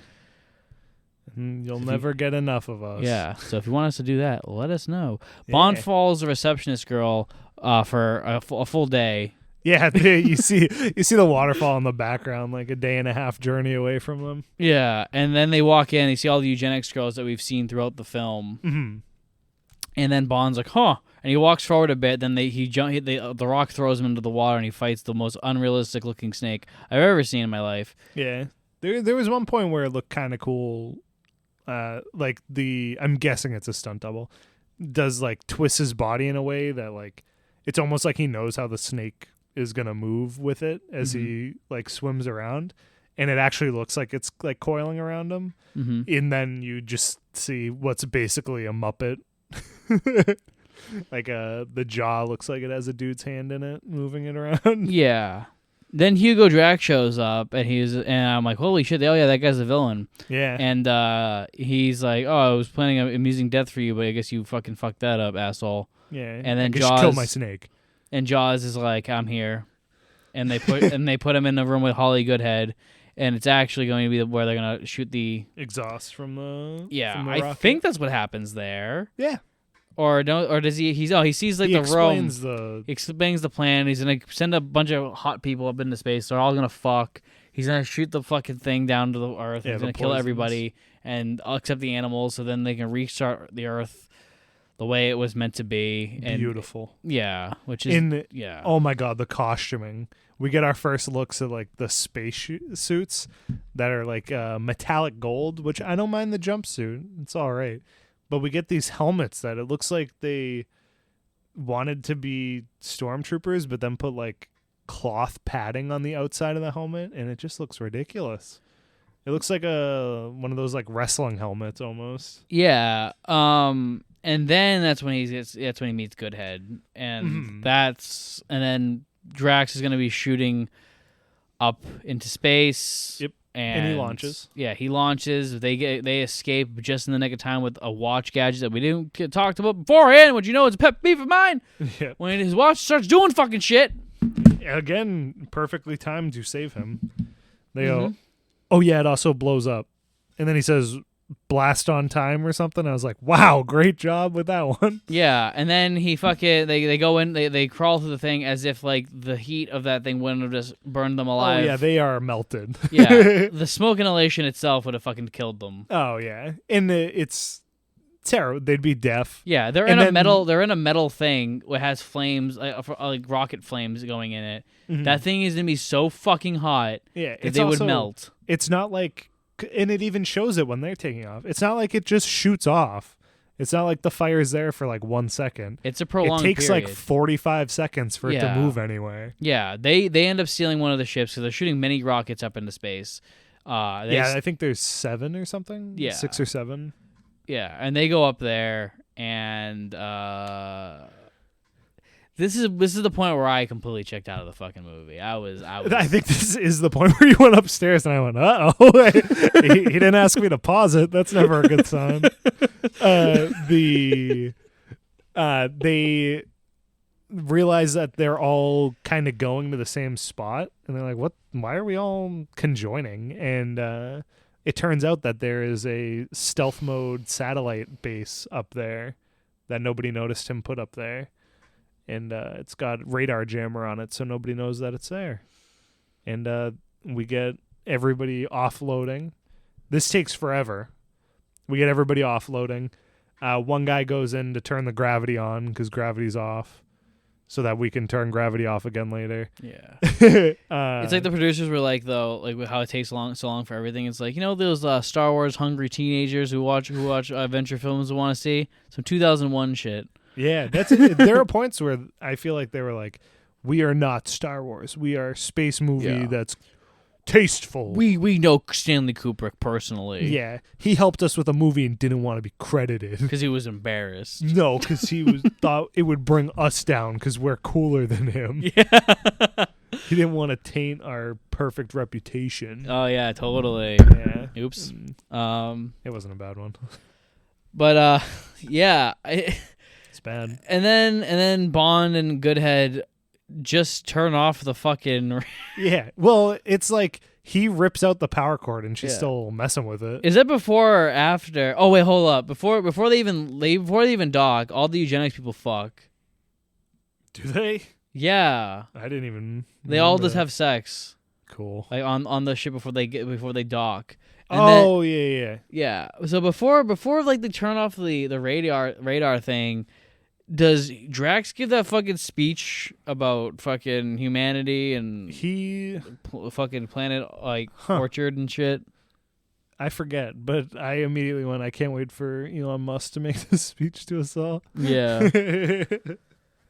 Yeah. Oh yeah, we're definitely in the demographic for eugenics, Nick. Me and you, two guys just ate a whole fucking pizza, and we're sitting in a fucking basement watching Moonraker. Yeah, we're part of the master race. We're perfect. Just what Elon's looking for. I think so. Yeah. So whatever, they turn it off, and immediately the Americans are like, "What?" There's something huge out there. Yeah. And then Russia calls and goes. They call Gogol.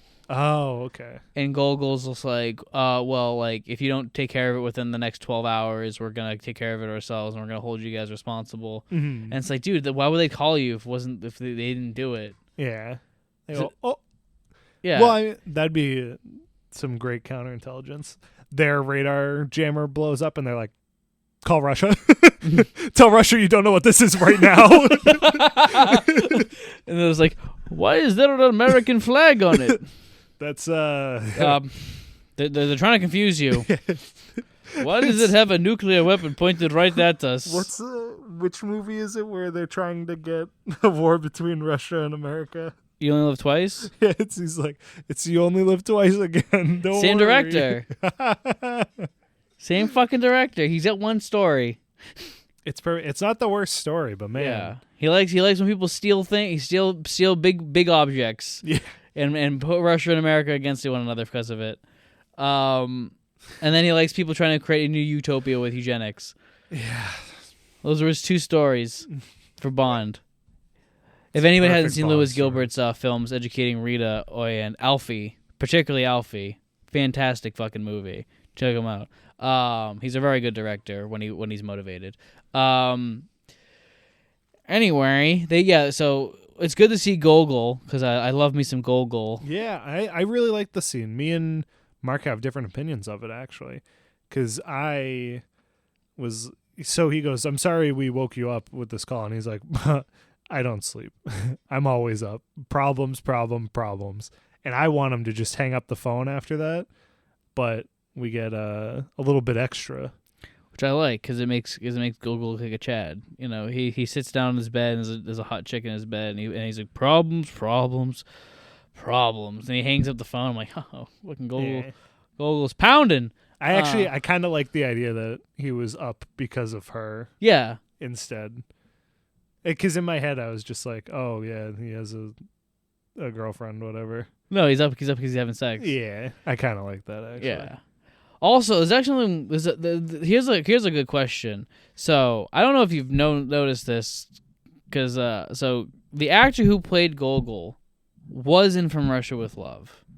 Really? Yeah, he was one of the guys. He's the one who shows Club fucking Grant, and he's so. Do you think that Gogol was a Spectre agent who left Spectre and joined the KGB? It's the same actor? Same actor. That's so cool. It's my headcanon. That's what I'm gonna believe. He goes, oh, Spectre is breaking down. I'll go back to my day job. Yeah. Or do you think that he defected from Spectre to work for the KGB after the From Russia with Love thing broke down? Oh, maybe. Because I feel like, oh, yeah, I could see that. Just because I feel like they could indirectly blame him. But at the same time, I feel like they'd be like, kill him. He knows too much. He can't just leave. But then he's protected by the KGB.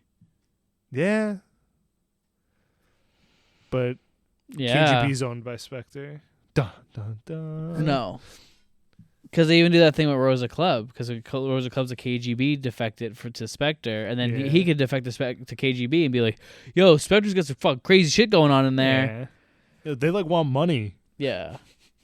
And the guy who runs is incompetent, and he will not put a picture of this. This is guy James Bond. I assume you guys know who James Bond is. Yeah, they all go, yeah, we know James Bond. yeah, he comes to brunch sometimes. Yeah, and they're like, well, fucking that guy, they're dumb. He you don't have to worry about the Spectre because he takes care of him every fucking time. It's like his only job is just taking care of Spectre. he's good at it though. So yeah, headcanon. Gogol's from Spectre. He defected to the KGB. Yeah, pretty bold of the KGB though to elect a Spectre defected to be their M, but whatever. Also, Jaws' girlfriend's on the ship. Yeah, which doesn't make sense. Yeah, he went, can I bring my girlfriend? Yeah, Jaws being on the ship doesn't really make any fucking sense because if fucking Drax is assuming that Bond is dead, why the fuck is Jaws on the fucking ship? Oh yeah, he thinks Bond is cooked. Yeah, this is dumb. He would not bring Jaws with him. Yeah, he's planning to have a master race of hot people. Why the fuck would Jaws be there? Jaws has literally got a fucking thumb on his head. His forehead has a fucking big old rock in it. Yeah. Come on. And his teeth. Oh.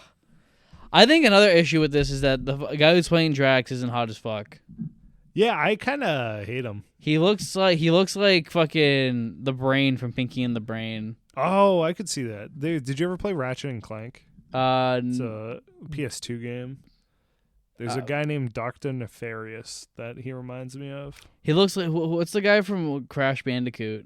Oh, he looks more like him. Yeah, you're totally right. I have no idea what that guy's name is, but he looks just like him.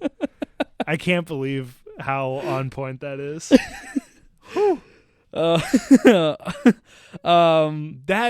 That's uncanny. Yeah. So anyway, so I was good to see Gogol. And we get treated to a pretty sick set. The set of the spaceship or space center, whatever you want to call it.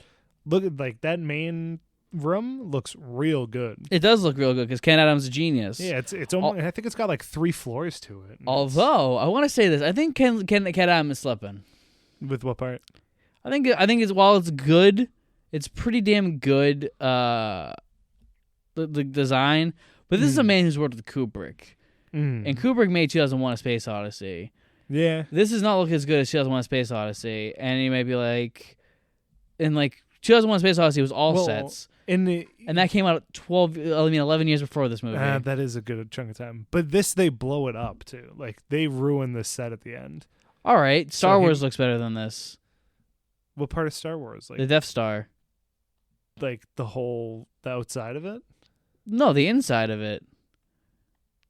I'm trying. Oh, that one. Yeah, that room. That is a good room. Yeah, there's also that hallway. This feels bigger. Yeah, that hallway is good. That hallway is better than these hallways. The docking bay. The docking bay's all right. But you got me with the big room. Because I was thinking of, like, the Emperor's, like, room with the big chair. And Yeah. like, yeah, it just has a big chair. And it's, like, all dark. No, that's in Return of the Jedi. I'm talking about the original Star Wars. Yeah, and that's why I was like, that's not the one. You also have the trash compactor in that one. I really like the trash compactor. Yeah. That's character design. That's not set. That's Did he make that? I feel like that's more of like a prop guy thing. No, the trash compactor room. I thought you were talking about the little, like, the mice robot guys. No. Yeah, the trash compactor room's pretty good. Yeah. There's some good trash in there too. Yeah. So like I'm saying is like this came out 2 years after Star Wars, and it was made because of Star Wars. And the fact that the set design doesn't look as good as Star Wars is pretty fucking ridiculous. Yeah. And like we know Ken Adams can do something great. The man made a volcano. The man made the fucking war room in Doctor Strangelove. The man made the fucking the submarine fucking battle in Spy Who Loved Me. The guy's a genius. I love Ken Adams, but this is what fucking you're slipping, dude. The submarine looked good too. Yeah, so this is also following the submarine. It's following Star Wars and the submarine. You gotta go all out. Yeah, this is not as good as... I think this blows up more, though, because of, like, the pinpoint laser blow-up stuff. Because in... But that's a miniature. No. Like, when they're, like, shooting up in the room. Like, when the... when the American Space Force dudes show up and fly their little EVAs in and start taking over the space station. They shoot and they're like blowing up control panels and stuff. I don't know. I think the submarine blew up more because then they blow up a whole wall with a nuclear weapon. Yeah, but like that's just like a wall. Like this, it feels more intimate almost. Okay. Also, I think they're both good for different reasons because the submarine's so sick. Jaws finds Bond, Holly Goodhead, who just happened to put on some lipstick. Also, I want to say that Holly Goodhead kicked some ass to get to turn off the tracking device. Yeah, she kicked more ass than Bond did, which I like. Mm-hmm. And then Drax is like, "Let's kill them, Jaws." And then Bond is like, "Well, Drax, like, you want perfect people, right?" Also, there is it's insinuated that Jaws has metal testicles. Yeah, which makes no sense. Yeah. I always hated when they hit him and it makes the metal clang sounds. Yeah. Like, bro, he's not a robot. He's just big. And he's got metal teeth. That's all it is. Yeah, Unless they're trying to insinuate that all of his bones are metal. That would be stupid. My dude's not Wolverine. Like, just let him have metal teeth. That's all he needs. He's 8 feet tall, bro. Yeah. Let him be giant. Yeah. So Drax is like talking and stuff, and he's like, "Oh, well, we're gonna kill the Americans." Blah blah blah. But then Bond puts the emergency stop to it. Oh wait, no! Before he's like, expel them, yada yada yada. Mm-hmm. And Bond is like, well, how will Jaws fit in your master race? And basically, Jaws looks at his girlfriend and realizes like, oh, we're gonna get killed. Yeah, we're gonna die. We're not beautiful people. Yeah, like we have beautiful personalities, not physically. Yeah, and then Bond hits the emergency button that takes out all the air. Oh wait, hold on, I'm getting this all mixed up. I'm sorry, everybody. So that happens. So Bond convinces Jaws not to kill them, and then Jaws starts fighting with Bond. But then they're gonna shoot the Americans, and then Bond hits the emergency button, which takes out all like the gravity. Yep. Then the Americans come aboard and they start shooting laser beams. Everyone's starting to shoot each other. It's a big old hodgepodge of action. And then Drax starts to get away. Bond follows him, and Drax picks up a laser gun, is gonna shoot Bond, but then Bond uses the dart from his fucking watch and hits him in the heart, and then he pushes him out into space. I'm sorry to go back to a tangent I had after you just beautifully told the ending of this really That's weird fine, we have time. Scene. The character I was thinking of from Ratchet and Clank, his name is literally Drax. And really? He kind of looks like Drax. He does. So I think it was inspired by this. Probably. I was like, wait, you said Drax like one of the times it clicked in my head. I was like, I think that's actually the bad guy's name. Yeah. But also, why isn't Felix being the part of the Americans? I'm just kidding. We're not going to do that one again. We're not doing the bit from last week. I wish Felix was in this. And I love Felix. So yeah, Bond shoots him with the thing. He pushes him out into space. What was Bond's? So then Holly Goodhead's like, "Where's Drax?" And what did he say? I don't know. Something so bad that I was like, "What a waste." So all right, that means we're gonna have to find it. What does he say? He's like, "Oh, he's busy right now." It's literally like so bad. Oh, that was just it. Because it's when she's coming up. Where's Drax? Oh, he had to fly. That's how bad is that? He had to fly. You just threw the dude out of a airlock into space. Yeah, you shot him in the heart, so you could have said something like, "He had a change of heart," or "He's seeing stars," yeah, or "He needed some space." He's far out. Yeah, it's a million ones. Yeah, I think the "He needed some space" would have been the perfect Connery one. Yeah, that is perfect. Yeah. The ship starts blowing up. Bond says, like, "Hey, yo, the bad guy's dead. Americans, get off the ship. We can't let Americans die." And they're like, "Damn, you're right." And then they leave. And then Bond and Goodhead go onto their ship to leave. And then it gets jammed. They steal one of the Moonrakers. Yeah, and while it's happening, Jaws and his girlfriend find some champagne. He rips open the champagne with his teeth. He pours it out. He says his line, "Well, here's to us." Yeah. Fuck you. Yeah. It's like in Rob Zombie's Halloween 2. I haven't watched any of the Rob Zombie ones. So in Rob Zombie's Halloween 2, do you care if I spoil it for you? No, I don't care. All right. So in Rob Zombie's Halloween 2, he has Michael talk. Okay. After all these movies, after all the 80s. What's up? You know what he says? What's he say? Die. Yeah, that's pretty much what this is. Yeah. This is don't have him talk. Why the fuck have him talk? What did we gain? Yeah. I don't know.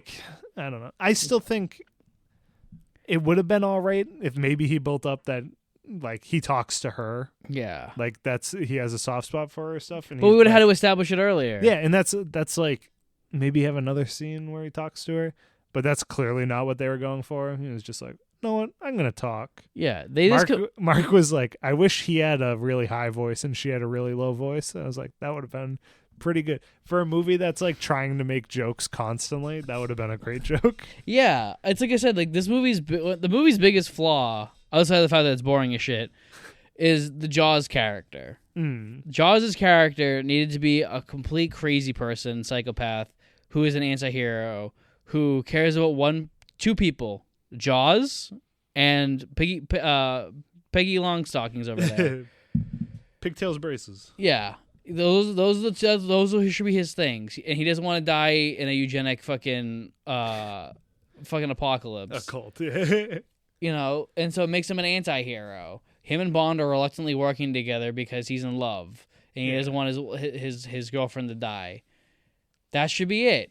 And like it's like a thing where they both acknowledge that one of them they hate each other, and eventually in the future they may run into each other again. Just keep the possibility that it's like, all right, well, Jaws isn't a hero, he's still a villain. So if we decide we have a good reason to bring him back, we can bring him back. Yeah. Not saying that there is a good reason to bring him back. It's just like it keeps the mystery going. Yeah. Like, maybe we'll see each other. Maybe they'll work together again. Yeah, maybe they'll work against each other. Instead, it's just now like, oh, Jaws and girlfriend are gonna live happily ever after, which is like, and they're friends with Bond, whatever. But so Jaws breaks the launch thing for them because, and then he saves them. Whatever. Maybe he's like, hey, I would have died if you guys didn't abandon me on the spaceship, so I'm gonna die anyway. Yeah, to save you guys. And then they separate from the station and fly away, and then we just see part of the space station like shoot off, and all of a sudden, what does she say? Oh, she's like, they might die. He says they'll make it. Yeah. But their angle's perfect. I think that yes, they could be intercepted easily. I don't know. That thing's flying, bro. I don't know. But they're dead. The only reason why Bond and Goodhead leave is because they have to take the Moonraker to destroy the things that are being sent down to kill the entire world. Because for some reason, Moonraker 5 has laser beams on it. Yeah. Or a laser gun on it. Yeah. So that happens, and Bond. So they destroy that. They try to make it tense. They literally do the fucking trench run from the Death Star. Yeah. But it's not cool because they're not in the trench run. They're just circling around the fucking Earth, shooting these little dots. It's not like they're shooting. It's like Luke is in a fucking tiny ass ship trying to shoot 2 fucking nuclear fucking things into a fucking little hole. It's like he has like a laser thing, and they even do the thing where it's like because the thing's so hot, he has to go manual and he can't do the automatic. It's like, yeah, we've all fucking seen Star Wars. I don't want to see a 55-year-old fucking asshole fucking do it. And I think the stakes by the point where it gets tense are like, it'll kill I think he said 100 million people, which that is a lot of people. But like, the Death Star blew up planets. Yeah, and I felt tense for that. This, I'm like, okay, yeah, you got 2 out of the 3 of them. We're good. Yeah. Maybe you don't get the last one. Whatever. Yeah, the stakes aren't as high, and I don't know. It's just not shot well. It's not acted well. Oh, it's acted terribly. Yeah, and and then they also cut away to like, oh, we intercepted a fucking ship with like a large man, a tiny girl. It's like, haha, okay, Jaws and Herman are alive. Why? Why do they need to be alive? I don't fucking know, man. Fuck you. Happy ever after bullshit. And then like Bond does the Death Star thing. He destroys it, and then we cut back to MI6 and the MI6 people and the Americans, and they're like, we have footage on the ship. How the fuck do you have footage on the ship? Yeah, everything was burning, motherfucker. And getting mad. That's like, if they had a direct feed onto the spaceship, it was the bad guy was in the spaceship. Dude, it's like Ben with the Golden Gun again. Yeah. Why do you have Scaramouche's number? I thought he was so hard to find. Yeah. How the fuck do you have his number? To his yacht. Yeah. Not even to his house. To his yacht. It's dumb. It's I don't like these after, like, just don't have these scenes. I hate the Bond's sleeping with her again, and MI6 is seeing it. It's like, I don't care. It worked. It doesn't need that. It worked in the last one because it was funny, because it was like Gogol and M are seeing their 2 best agents fucking. Yeah. I didn't like it still. I always hate them. Even like always the post-action banging. Like I liked it with Connery and Dr. No when he's on the raft and Felix is holding it and he just lets the fucking thing go. Yeah. Like, that's good. I think that one's like almost passable for me. But I'm still like, just end the movie. I'm like, well, that one's good because they don't do it.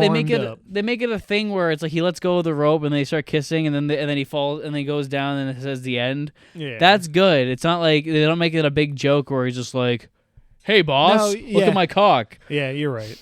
Because like the fade out, and that's fine. I hate when I forget what movie it is when the plane picks them up and they're in the in Thunderball. Yes, yeah. I hated that one. That one I was like, oh my god. I liked it. They forgot about the scientist. That guy's still swimming. Yeah. Yeah. Yeah, this is more of a Roger Moore thing, I think. Yeah, I'm not a fan. Yeah. I like, it's whatever, but yeah. Yeah, it's like, and then so like Bond, they have a feed to Bond ship somehow, the villain ship, and then the MI6 people and Buckingham Palace, like, so the Queen's also seeing Bond fucking floating and fucking this woman, and then dumb. The only thing good about this is Q, because like Q, what is Bond doing? He's like, I think he's attempting re-entry, sir. Yeah, because that's a good one-liner too. It's a good Q moment. We all love Q. Re-entry is a good joke too. So. Yeah, and then he Bond turns the camera off, he winks into it, and then he's like, I think we have to head home, Holly Goodhead. And then she's like, take me on the road one more time, James. Yeah. Ship flies, you hear the disco theme of the shitty song we heard at the beginning of the movie. Yeah, the start of the disco theme is pretty good, but then it starts. It devolves. And that's Moonraker. It sucks. It's a pretty fucking bad movie. Yeah, I still don't believe anyone said this was their favorite, but... Yeah. I mean, I don't see any redeeming qualities to make this above our top 5. Yeah. Because this is literally like either my least or my second least favorite one. Yeah. It sucks. I still think it's better than Diamonds Are Forever. Yeah. Diamonds Are Forever just hurts more because it ruins Blofeld. Yeah, that is a deep cut. And it ruins Connery. Yeah, I guess he doesn't recover. Unfortunately. It's over. We don't have to talk about it anymore. Yeah, the bad man died. Oh, no, we do have to talk about it. We just have to do our fucking rankings. Yeah, this is the easy part, though. We don't have to... Yeah, but every time we do the rankings, we go on tangents because then I remember something worse about the movie, and then I get all heated and I get mad. Just remember the good parts. Okay. So, pre-title sequence. Terrible. Yeah, fucking awful. Ruins the character of Jaws right from the get-go. It has terrible music. Yeah, fucking lands into a fucking circus tent. Suck my dick. Yeah. The song sucks. The opening credits suck. Yeah. Like, I mean, actually, the pre-title sequence has that cool moment where they don't give me that face. That cool moment when the ship first disengages and then the rocket destroys the airplane. It's actually kind of brutal too. Yeah, that's a good point. I was gonna give my first half, but I'll give it 1. Yeah, I'm gonna give it 1.5 just because of how fucking cool that was. Yeah, because it's pretty metal. Yeah, like that POV from when, or it's like the Millennium Falcon shot where it's like you see them in the cockpit, the backs of them in the cockpit, and you see like their view, and then you see the fire, and then it goes through, and it's like, oh my god! And then it cuts to the miniature blowing up. I was like, wow. I thought it was just gonna like take off and like glide away. Yeah. And then it fucking shoots hot fire out of the back of it. Yeah. So I'll give it a 1. Song and title sequence 1. I'm gonna give it a 1 because the song is very forgettable and the title sequence wasn't interesting at all. Yeah. And then we get Bond. Is this the worst that Roger Moore has been? I don't know, because I remember his first movie being my least favorite of him acting. But this is pretty bad. I think this might be his worst acting. And I think it's coupled with the fact that... He sweats, though. He does sweat, but, like, I think because he looks so fucking old, it's like... He's just getting older, too. Yeah, like, it's not going to stop. You know? And, like, but, like, it's like... I think this is worse than his performances in Live and Let Die and Man with the Golden Gun. I think this is worse. Yeah. So I'd probably say a 2. Yeah, I'm probably about a 2. It's hurtful. Yeah. Not a fan. He doesn't have anything to work with either. He doesn't have like that moment where it's just like he has that thing where he's like, "Oh, you made your point," like in Spy Who Loved Me. He also doesn't have like any of the Bondisms that we like, except, and then his misogyny is stupid in this one where he's just like, oh, a doctor that's a woman, preposterous. Yeah, can't be. Yeah, it's Holly Goodhead. I expected a man. Yeah, I wanted good head from a man. Then we have Bond Girl. So in this one, it would be Goodhead. I liked the helicopter pilot who gets dogged. Yeah, she was good too. Yeah, I thought she was pretty nice. I just saw in the special thanks in the credits, it said the 7-Up. That's funny. Yeah, I almost said 7-Eleven. I mean, Holly Goodhead was a good character. Yeah, and she has some, like you said, she has that good fight at the end. Yeah, and she's a good actress. She's definitely not like Domino. Yeah, she's definitely no Domino. On a scale of Tracy to Kisisuke, once again, I think she's... Who's our middle ground? Who's our middle Bond See, that's girl? the tough one now. Because I feel like there's a lot that skew higher. Like, I don't know if I have, like, a dead center. Like, if it's, like, a scatterboard, there's more above halfway than below halfway. We should just make a board. A trifold board with pictures of the Bond girls. Yeah. And we'll have a line, and we'll just put them on it. Maybe our middle ground can be... Actually, no, because I think it is like a thing where all of them exceed or do not. Yeah, it's like we have a bar that's a line. I think Holly Goodhead actually might be the middle ground. Yeah, actually, that's not a bad point. Because I don't think she's, again, explosively good or anything. Yeah. She has a good fight scene, and I like that she's a spy. But she's also just like a repeat of Triple X without the cool backstory that Triple X has. Yeah. And the only advantage she has is that she's a much better actress. Oh, yeah, she's in, that's one thing, too, is like her character is like, but she's a really good actress. Yeah. And so I think it's like a thing. It's like, I just want to have them switch. Just flip it. Yeah. I wish she was in Spy Who Loved Me, and then Barbara Bach was in this, so then it'd be hilarious how like infuriating bad this movie could be. Yeah. I think if Barbara Bach played Holly Goodhead, this would be the worst Bond movie of all time. Because I have nothing. I have nothing to. So Bond Girl, I'd probably give a solid 2. Yeah, I'm thinking 2 or 2.5. Yeah, and I want to I don't want to have this reflect the actress because she was fantastic. It's just the fact that she's playing a character we've already seen a bunch of times now, and it's also following the best rendition of that. Mm-hmm.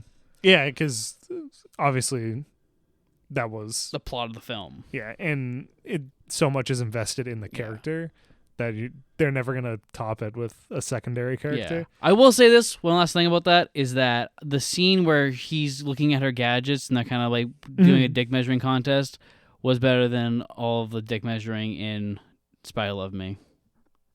I really like the pyramid one where they're going back and forth with the... It's good, but... Yeah, it's definitely comparable, though. Like, yeah. I like the gadgets. I wish she caught some of his gadgets or something, so it was like a more of a back and forth rather than her being like, you think the perfume is one? No, look, I'm using it. It's not a flamethrower. The next one's Felix, which we get 4 or 5 frames of Felix in this. We have Franco and we have the girl in Rio. Oh, I liked the girl in Rio for the one scene she was in. She's in I like she's in the car with the camera. Hotel, Mardi Gras. Yeah. I wish she died at Mardi Gras though. Whew. Yeah, well, like I said, like that was it's not Mardi Gras. I don't know what it is. It's a Mardi Gras-esque thing. It's like a thing. I don't know. It's because like they ruined her because she was supposed to be, as Ryan would put it, the sacrificial lamb. Yeah. And I really wish he broke her back there. That would have been and it would have deviated from his stupid vampire bite. Yeah, but I'd probably give a 1, or I'll actually give a half to Felix because she didn't do anything. She was charming, but she didn't amount to anything. And Franco was literally there to die, and he died in the dumbest way possible. Yep, for no reason. Yeah, like that whole sequence was dumb. I'm gonna give it 1 because I liked her. MI6. Bleh. So the M scene with Bond where he's like, "Oh shit, you're actually onto something." Like we mentioned when it came up, I thought it was all right for. I hate this relationship they have, but for this relationship, I liked this. Yeah, I'm gonna say I liked M a lot, and I'm not saying that just because this is his last. Yeah. Unfortunately, Burnley would pass before they would shoot the next one, but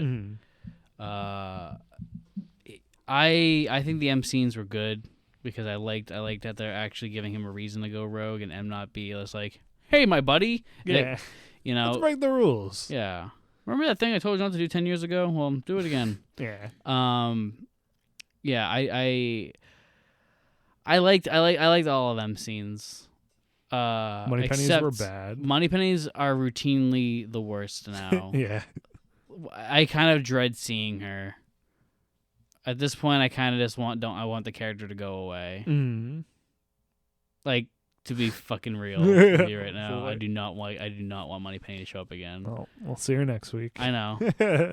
But now, because I remember as a kid, I was always so pissed that like Craig didn't have Moneypenny. Yeah. And now I'm like, why? Why was I so mad? Like this, like. Moneypenny shows up too.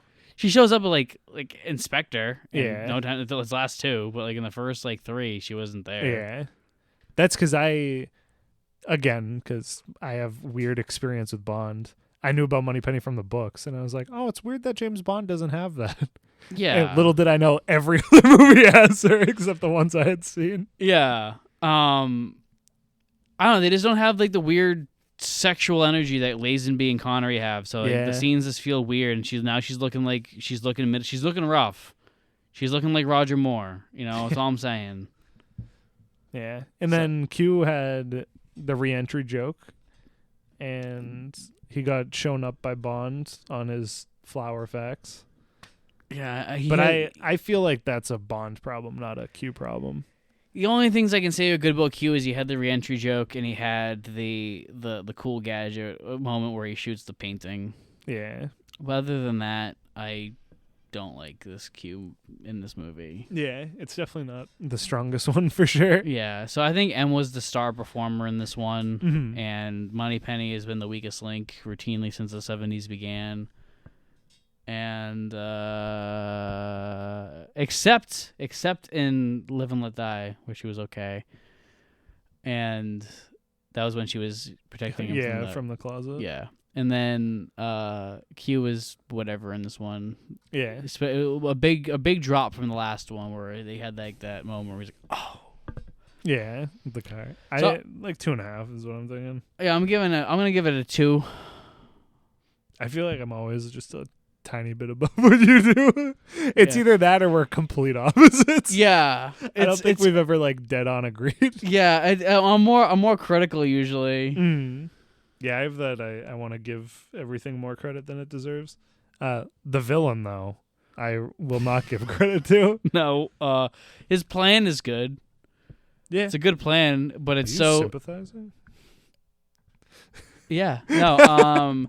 I think it's a good plan in terms of like a good thing that Bond can thwart. Yeah, but it's too similar to the fucking plan we saw in the last movie. Yeah, and so it's dumb, and it's also like the movie's so boring that you don't like. The only reason why I think it's a good plan is because like I'm actively like focusing, trying to figure out what the plan is so we can talk about it. Yeah, and if I was just a casual moviegoer in 1979 sitting there to watch this movie, I probably wouldn't have picked up on what the plan really was because it's so poorly explained and he's such a boring fuck. Yeah. Like, even the speech at the end he gives is kind of like, okay. Yeah, it's just like, cool, I've already heard this at Amazon's warehouse. Like, I don't need to hear it now. But where the villains were terrible, the henchmen were also terrible. Yeah, so I'm going to give the villain a 0.5 star. Yeah, I'm okay with that. You gave him your first half? Yeah, because he's just really bad. Yeah. Like, was he worse than Doctor? Yeah, I think he was worse. On a scale of Telly Savalas Blofeld. I just like our scale of Blofeld to Blofeld. Yeah, Telly Savalas Blofeld, Charles at the bottom, Charles Gray Blofeld, and Donald Pleasance Blofeld in the middle. He is one pube hair away from Charles Gray, Blofeld. It's just because I wish I could make him the bottom, but. Yeah, he's not that submissive. Yeah. But for henchmen, we go from the coolest henchman to they rip that away from him. Yeah. What they did to my boy. 1 star. They ruined Jaws. Yeah, we gave him a 5 yesterday, and yeah, he's getting 1 star from me. And also Chinese henchman. It was so stupid. Yeah, I don't like it. Yeah. And 1 what star. about random bald guy? Random ball guy. Oh, 5 stars, everybody. Guy on the fucking guy. Carries the henchman. The 7-Up team. guy. Yeah. Poor guy. Yeah. I'm about the same. They're terrible. The story. Yeah. I kind of like the idea that the villain is sourcing stuff from all over the place and Bond has to go find all the stuff, but he just finds the glass and then that just solves everything. Yeah. For some reason. Yeah. I mean, the thing is that the villain's plan wasn't cryptic enough for us to keep like it wasn't like a thing where it was like obvious, eugenics. That's what his thing is. Yeah, he doesn't want money. Yeah, and it's like he wants pretty women. It's the opposite of Dr. No. Where in Dr. No, it was like they didn't let you know until like the very last second they didn't introduce you to Dr. No. This one, like they introduced you to Drax immediately, but Drax went from fucking 0 to 100 in the first fucking second he was on screen. Yeah. Where he was like immediately like, kill Bond! and it was just like he's just having fucking lunch, and also like he hasn't even fucking figured out what you're doing it. He just has like, hey, one of your things disappeared. Trying to find out for you, buddy. Yeah. And it's just like he's like, assassinate him. Yeah. Man, I hate that guy. Yeah. Maybe he didn't eat a sandwich. Yeah, sick a dog on him. Yeah. Just kidding. Yeah. Let's never start with the dogs again. Yeah, they should have been in space. Yeah. So this movie is king of introducing plot threads, not doing anything with them, and just it feels like a movie that's just like written by a committee. Where it's just like, oh, Bond's misogynist. We have to have misogynist things, but it's like, but why in his character is he being misogynist? Oh, I don't know. He just sees a woman and he gets pissed. Yeah, it's like it's not the whole like, oh, I'm mistrusting of you thing. It's just, oh, a doctor lady. I'm 80. We didn't have those back in my day. Yeah, back in fucking 1698. You know, and then like Holly Goodhead is like a character that's completely wasted because like they introduced the whole spy versus spy thing again, but like she spends most of her movie in a fucking ambulance. Yeah. Fucking Jaws' plotline sucks. Drax's plan sucks. Yeah. So fucking 1 star. The movie sucks. Yeah. I said we didn't agree, and then we keep agreeing. Cinematography. I don't know why they shoehorned Day for Night in there. Didn't have to. 2. Movie looks like shit. Everything's flat. Space movies are supposed to look epic and grand, like Lawrence of Arabia type, or 2001. Yeah, I think when we were rewatching, the reveal of the miniature of the satellite was actually pretty nice. It's like the sun is setting on it or rising on it, so like you see it from the top and it's going down on it. That looked all right. Yeah, 2. That's about it. Yeah, I guess I'll give it a 2. It didn't hurt me. Gadgets. I liked, as you all know now, I liked the cigarette case safe opener. I liked the dart gun, except that the count was wrong. I hated the glider. The boat was cool, though. The boat I'm not counting that as a gadget. That'll be vehicle. But I thought it was pretty cool. It's technically a gadget though because it has all the fucking bombs. Yeah, and the but we didn't missile. count like the Aston Martin and stuff as. Oh, okay. I think that's all of them. Well, we get all of her gadgets. We also have the explosive. All right, if we're counting her gadgets, then I'm going to be much more lenient because her gadgets were kick ass. We can do it. We'll do MI6 and CIA. Because yeah, his watch explosion thing was dumb. Mm-hmm. I hate when they do that, and they did it again. Yeah. Also the fake huge things that we never see. Oh, the laser gun sucks. Oh yeah. Oh, that just brought it down hard. Whew. The fucking exploding ballas or whatever. Yeah. The fucking sleeping the man. racist sleeping man. Yeah. I'm gonna give it 1.5. Same. And I'm gonna give the CIA a solid 4. I was thinking like 3 because I think the perfume fire thing is dumb. I like the perfume. I hate when they use flamethrowers in these movies. They always look so stupid. Like, when would you use this? The dragon. A dragon? Remember the dragon from Dr. No? The flame when they burned Coral alive? Yeah, the dragon looked... Okay. I know you like the dragon. I hated the dragon. I like the dragon. Fuck you, man. They needed something cool to kill Coral. Yeah. Vehicle, boat, 3. Yeah, I'm probably a 3. Whatever. The glider brings it down. Yeah. And there's no car. It's one of those things where it shows up and then disappears again. Yeah, it's just for that one scene. Yeah. Which it isn't even a long chase. It's not, it didn't have a Louisiana police officer in it, so. Yeah, so it's bullshit. Yeah. And that's it, right? That's all right and stuff. So I think I'm going to give this movie a solid 1. I don't know my number. It's my second to last movie. But I got to think about the number still. So you think Diamonds are still worse than this? Yeah, I think Diamonds is worse. But I think I'm sitting here actually now and I'm like, I think this actually because I'm actually getting really mad. He's fuming over here. Like, I'm actually getting kind of pissed off about this movie. Whereas with Diamonds, like, I was pissed off, but I'm also like, when I think back to it, it's like, see, this keeps happening to me as I go back and I go, I'm just thinking of the good stuff. Because I went, oh, I'm remembering the Dune buggy. I'm remembering the moon buggy in fucking Diamonds, and I'm remembering all the fucking bullshit. But I'm like, is that as bad as like the bad in this, and at least that one has the elevator fight scene, and it has. Yeah. Are you English? I speak English. Yeah, it is. I think we say that every episode because it's so good. And then it has like that part where he pretends to be a fucking scientist, and he's like, "Oh, I know we're not as important in G7 as you, but like, give us some respect." And then the guy comes in does the exact same thing as he does, and they're like, "What?" I think this is maybe I'm right softening. above it. Maybe I'm softening because it's just like now I look back at blow up your pants, and I'm just like, okay, I'll accept it. I'm like, all right. Your pants are so stupid. It is stupid, but you know what's dumber? I think because it's early 70s cheese, and it's got Connery, and this is fucking Roger Moore cheese, and it's got fucking it ruins things that was good in the last movie. Yeah. Which also Diamonds does, because it does the same fucking thing, because it takes things that were great about Our Majesty's Service and ruins it. Okay, you can make the same argument for both films. We will just put them next to each other. Yeah, okay, whatever, fuck it. They'll just line up at last. We'll change them every week. Which one's worse? When we have the great Bond ranking, and when we get to episode 20, we'll fucking go we'll hard. Have to fight. Yeah, that'll be a 24-hour stream. Fucking sweating. Well, this was fun. This is a good conversation. Yeah. Not a good movie, but yeah. That's gonna do it for this week. Be sure to subscribe to the Nihilist Media YouTube channel. Watch all the films. Listen to the podcast, and watch the 296 show. And next week we'll be doing For Your Eyes Only, possibly the best Roger Moore Bond movie. Mm-hmm. I don't remember.